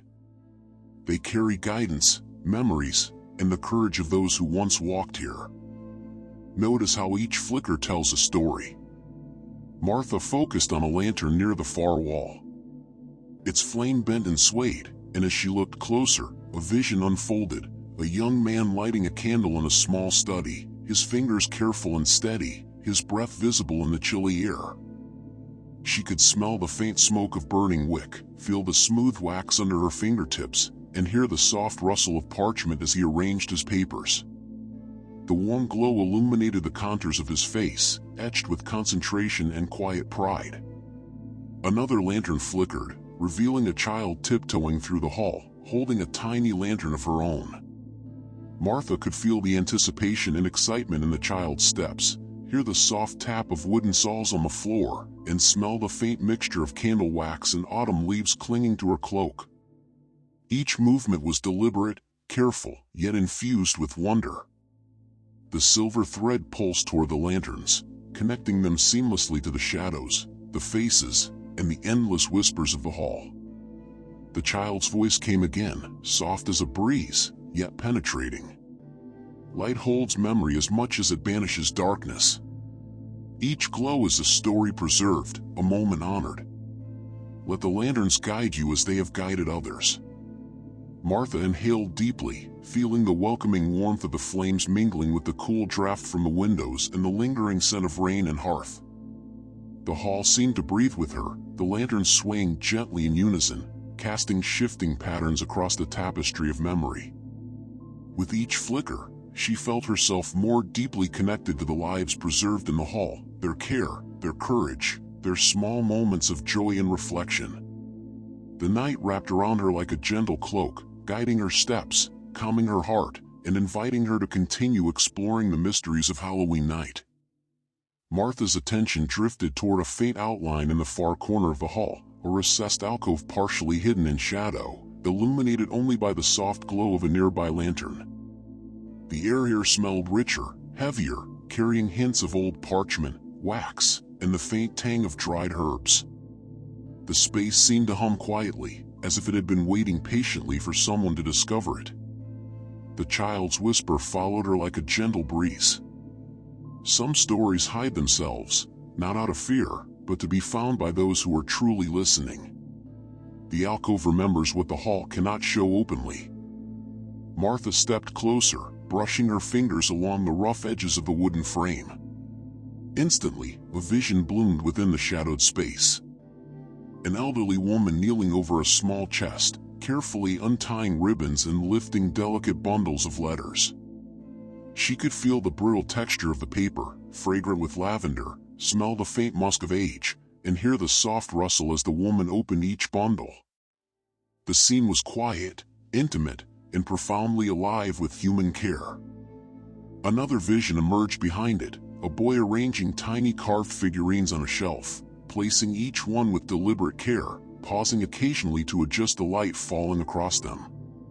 Martha could sense the cool wood beneath her imagined fingertips, the faint scent of wax and pine from the figures, and the quiet satisfaction in the boy's movements, a small act of devotion preserved through time.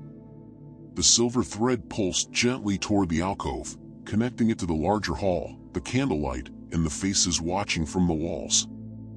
The child whispered, "Even hidden places carry meaning. They hold moments of tenderness, devotion, and careful attention. Every life has a secret alcove waiting for recognition." Martha inhaled deeply, letting the mix of scents, herbs, parchment, candle wax, fill her senses. The shadows seemed to lean closer, welcoming her curiosity. She realized that in discovering the alcove, she was uncovering not only hidden memories, but also the quiet, patient persistence of love and care that had endured through generations. The hall pulsed softly, a comforting rhythm surrounding her. Every step, every breath, every flicker of light guided her deeper into the night's tapestry, inviting her to linger, notice, and honor the subtle stories that often go unseen, but never forgotten. Martha lingered near the hidden alcove, letting the warmth of the lanterns and the scent of aged parchment envelop her. From the shadows, a soft murmur began to rise, faint at first, like a breeze through autumn leaves, then growing richer, layered, and full of nuance. It was the voices of the hall, echoes of conversations, laughter, whispered advice, and quiet sighs woven together into a gentle symphony that filled the space around her. The child's voice brushed against her ear. "Stories do not vanish. They settle quietly, waiting for someone to hear them. Sometimes all they need is your patience and presence." Martha closed her eyes and allowed herself to be enveloped. She heard the low murmur of women sewing by candlelight, their needles clicking softly against cloth, the laughter of children playing hide-and-seek in a garden, their shoes crunching on fallen leaves, the solemn recitation of prayers, words rolling gently in the night air. Each sound carried texture, the coarse weave of cloth under fingertips, the crisp bite of autumn air, the warmth of candle flames on skin. A vision unfolded, a family gathered around a modest table, sharing bread and cider in quiet conversation. She could smell the spiced warmth of the cider, feel the rough texture of wooden bowls, hear the soft clinking of utensils, and sense the unspoken bonds of love and endurance binding them together. The child whispered again, "Every murmur is a story alive, even if no one else can see it. Let the sounds guide you, not in haste, but in awareness. The hall trusts you to listen fully." Martha opened her eyes and noticed the silver threads quivering in response to the murmurs, connecting shadows, faces, and lanterns in a subtle dance. Each thread pulsed gently, a heartbeat of the hall itself, carrying centuries of life, care, and memory in its soft glow. The combination of scents, sounds, and flickering light wrapped around her like a warm, comforting shawl. Martha realized that the hall did not merely exist as a physical space. It was alive, a living repository of emotion and experience. And as she listened to the soft murmur of stories, she felt a profound connection not only to the people who had walked here before, but to the enduring rhythm of life, memory, and quiet reflection that Halloween night in colonial America had preserved. Martha's gaze drifted across the hall, settling on the faint golden glow emanating from the silver threads themselves. The light was subtle, almost imperceptible at first, but as she watched, it deepened and expanded, brushing across the walls, the faces, and the lanterns, creating a serene, comforting atmosphere. Each thread seemed to pulse with its own quiet life, illuminating memories as they had been lived, small acts of kindness, moments of laughter, whispered promises, and tender farewells. The child's voice came softly, carrying warmth and reassurance. "Memory has its own light," she whispered. "It glows not to blind, but to guide. Notice the way it touches the smallest details, the worn handle of a door, the curl of a child's hair, the shimmer of candlelight on a tabletop. Every glimmer is a life waiting to be seen." Martha moved slowly along the glowing threads, letting her hand hover above them. A vision appeared, an elderly couple sitting by a fireplace, the woman mending a small tear in a child's garment, while the man sipped warm cider. She could feel the rough texture of the fabric, the gentle warmth of the cup in his hand, and hear the faint crackle of the fire mingling with soft conversation. The glow of memory wrapped around her like a gentle embrace, inviting her to linger and feel the quiet intimacy of the moment. Another thread pulsed, guiding her to a small child tiptoeing through a doorway, balancing a lantern to light the way for a sibling. Martha sensed the careful weight of the lantern in her own hand, the soft padding of her feet across wooden boards, and the mingling scents of candle wax, autumn leaves, and lingering warmth from the hearth. The child whispered again, "Memory is not just in seeing, but in feeling. Let the glow reach you. Let it fill your mind, your heart, your senses. Every life, every moment has left its mark here." Martha inhaled deeply, letting the warm light, the flickering candles, and the silver threads settle around her. The hall seemed to hum with quiet energy, as though every story she witnessed acknowledged her presence. She realized that the glow of memory was both a gift and a responsibility, to see, to feel, and to honor the lives that had come before. The soft rhythm of the hall, the murmur of stories, the flicker of lanterns, the pulse of silver threads enveloped her completely. It was a moment of quiet reflection, a lull in the vast tapestry of Halloween night, where past and present converged in gentle harmony. Martha paused in the center of the hall, letting the glow of memories surround her completely. The silver threads pulsed gently at her feet. The flickering lanterns cast dancing patterns on the walls, and the whispers of stories, soft, layered, and delicate, filled the air with a soothing hum. For a long moment there was nothing but presence, warmth, and the quiet resonance of lives remembered. The child's voice floated softly, almost a part of the gentle rhythm of the hall. "Sometimes the greatest gift is shared silence. Listen not with ears alone, but with your heart. Feel the presence of those who came before and honor the spaces they inhabited." Martha closed her eyes, breathing deeply. She felt the textures of the hall, the smooth polish of the floorboards under her feet, the rough grain of timber beams against her fingertips, the warmth of candlelight brushing her cheeks. She could smell the mingling scents of wood smoke, spiced cider, baked bread, damp leaves, and the faint comforting aroma of herbs hanging in quiet corners. A vision unfolded, a family gathered in the hall, their voices hushed as they listened to the wind outside. They held hands, a silent bond of reassurance and love connecting them. Martha could feel the comforting weight of that bond, the steady rhythm of calm, patient hearts, and the gentle murmur of understanding that passed between them. Each heartbeat, each quiet breath became a part of the hall's memory, stored and preserved for centuries. The child whispered, "Silence can carry as much meaning as words. It holds reflection, care, and understanding. The hall exists in these pauses, and in them you can feel the depth of every life it has embraced." Martha let herself sink into the shared silence, the glow of the lanterns, the pulse of silver threads, and the murmur of memories wrapping around her like a gentle, comforting cloak. Even the silvery figures seemed to lean subtly into the hush, their presence calm and steady. In this moment, Martha realized that she had become part of the hall, not merely a visitor, but a witness and participant in the quiet, enduring rhythm of Halloween night in colonial America. Each breath, each heartbeat, and each feeling of presence tied her more deeply to the stories, the warmth, and the memories held within these walls. Martha stepped softly across the hall, mindful of the echoes her own feet made on the polished wooden floor.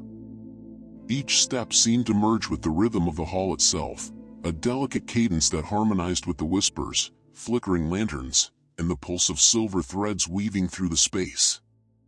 The air was warm yet carried a hint of cool night wind brushing against her skin and mingling with the scents of candle wax, old wood, and distant autumn leaves.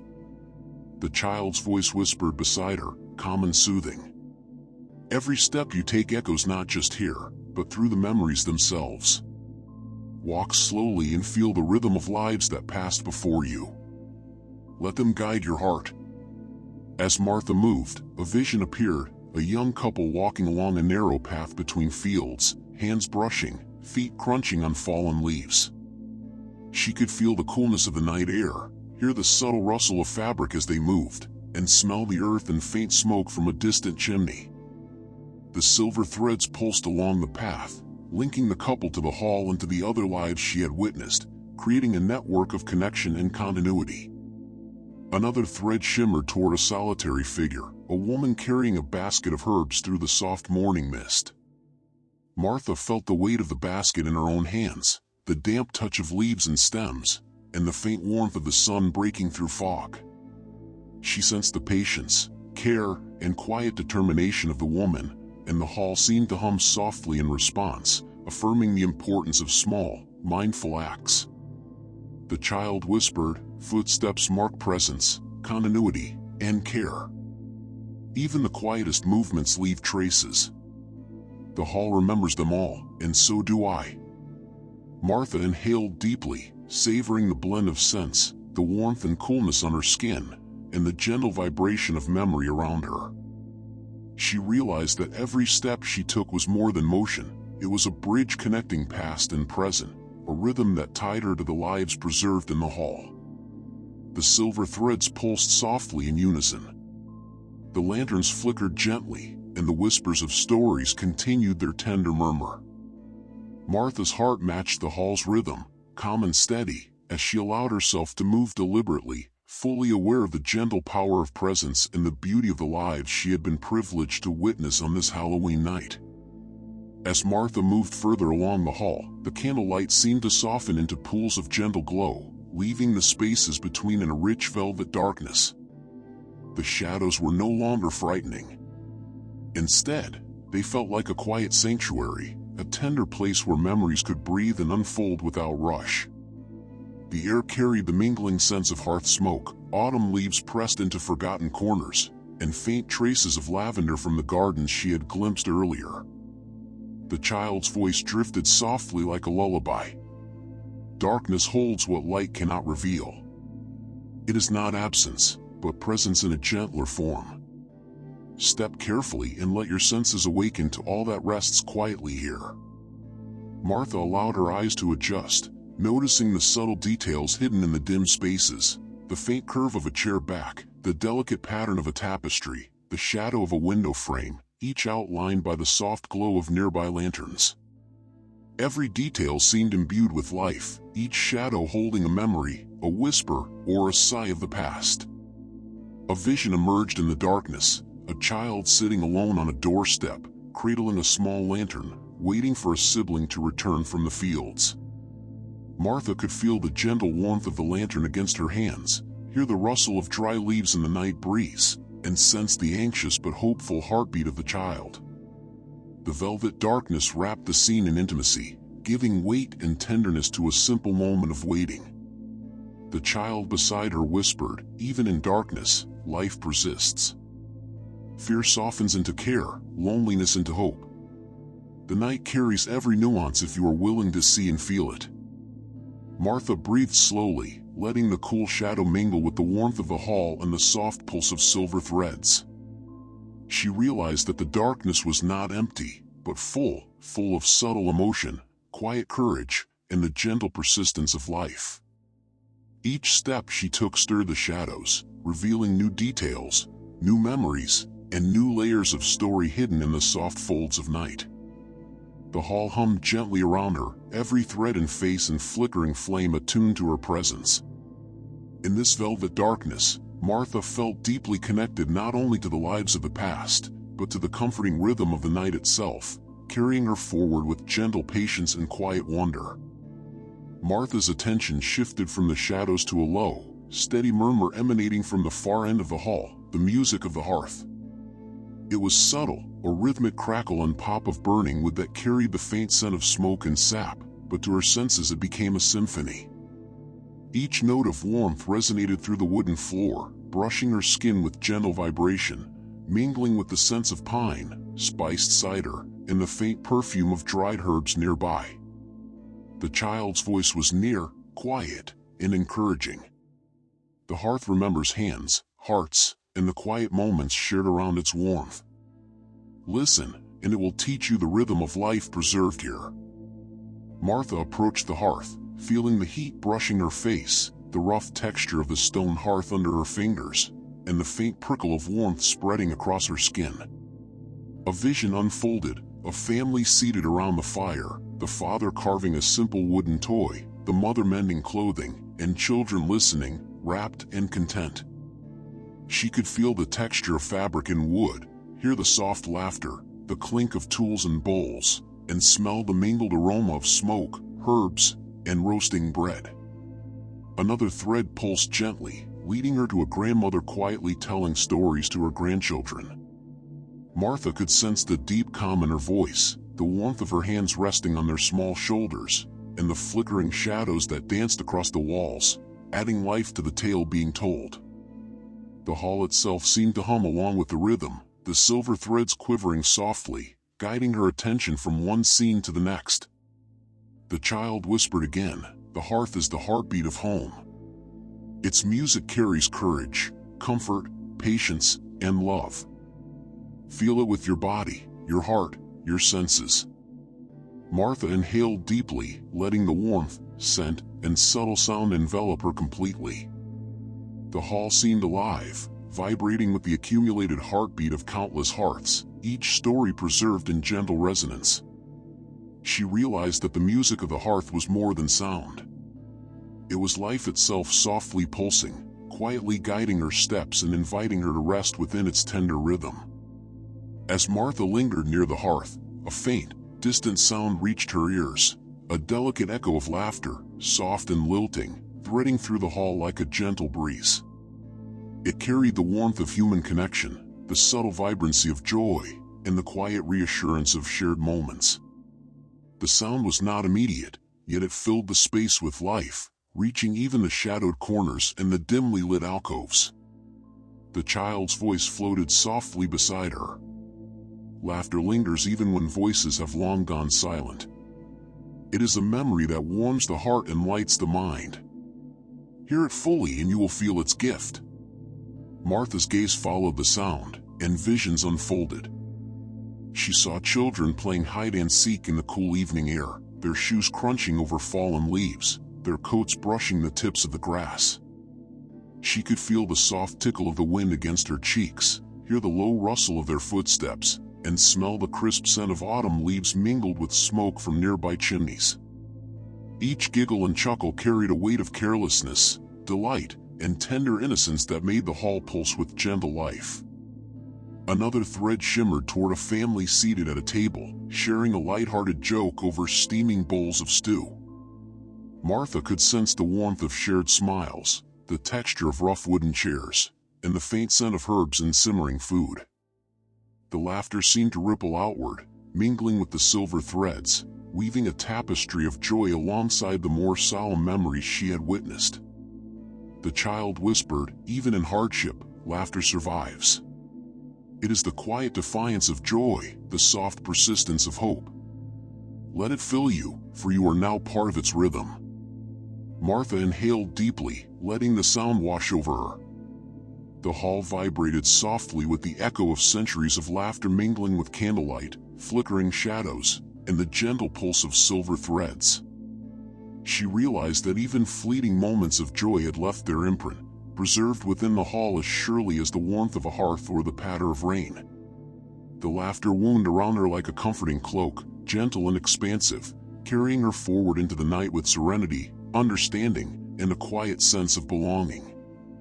Martha felt the hall itself begin to shift subtly, as though the centuries folded gently around her. The candlelight flickered more softly.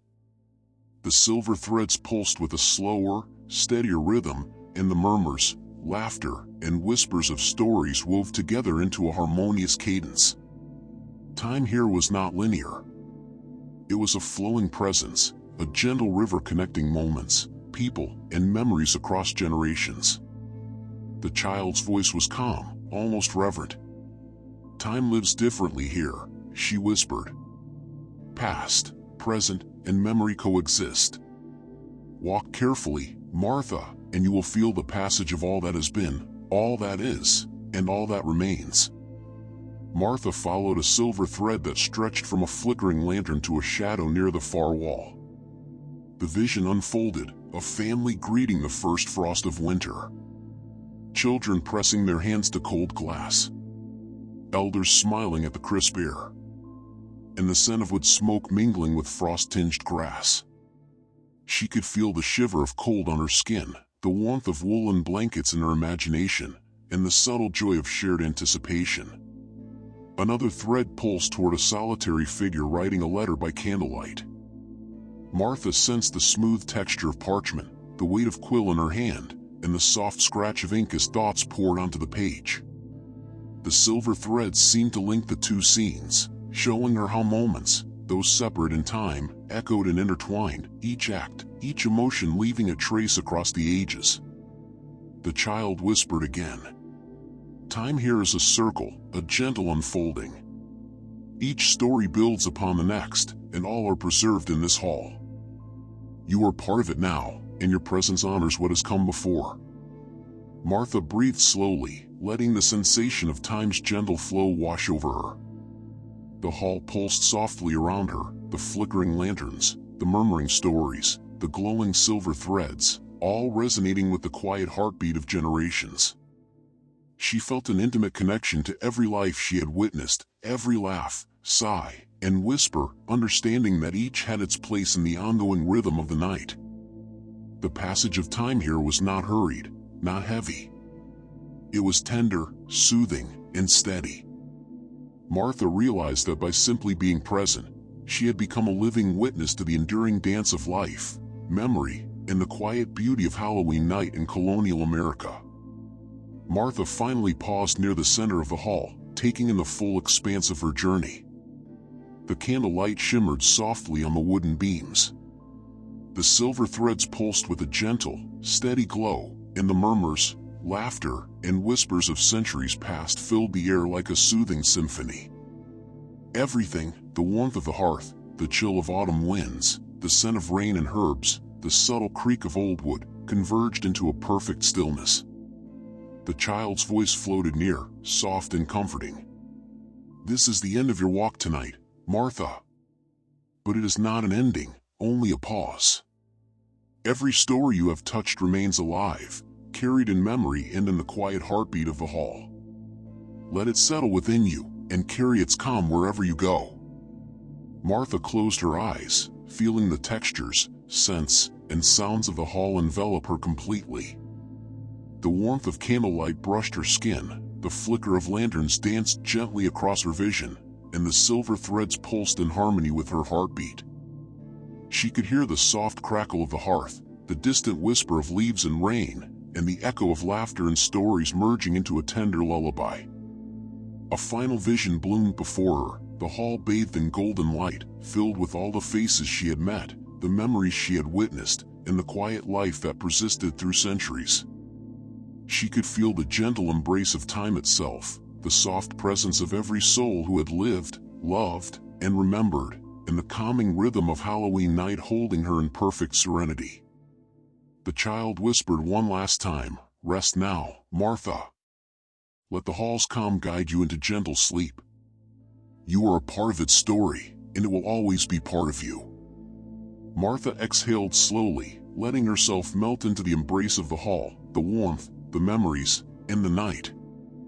Every tension, every worry, every fear fell away, replaced with deep serenity, quiet understanding, and the soothing rhythm of presence. The world outside became distant. Only the soft glow, the silver threads, and the comforting hum of life remained. And with that, the hall wrapped her in a calm embrace. The perfect close to a night of wonder, reflection, and gentle connection.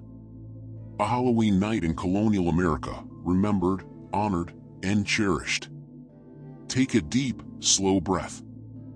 Feel the warmth of the hall settle within you, and allow your mind to drift into calm, peaceful rest. Remember the stories you've witnessed tonight, the laughter, the care, the quiet courage, and let them carry you gently into sleep.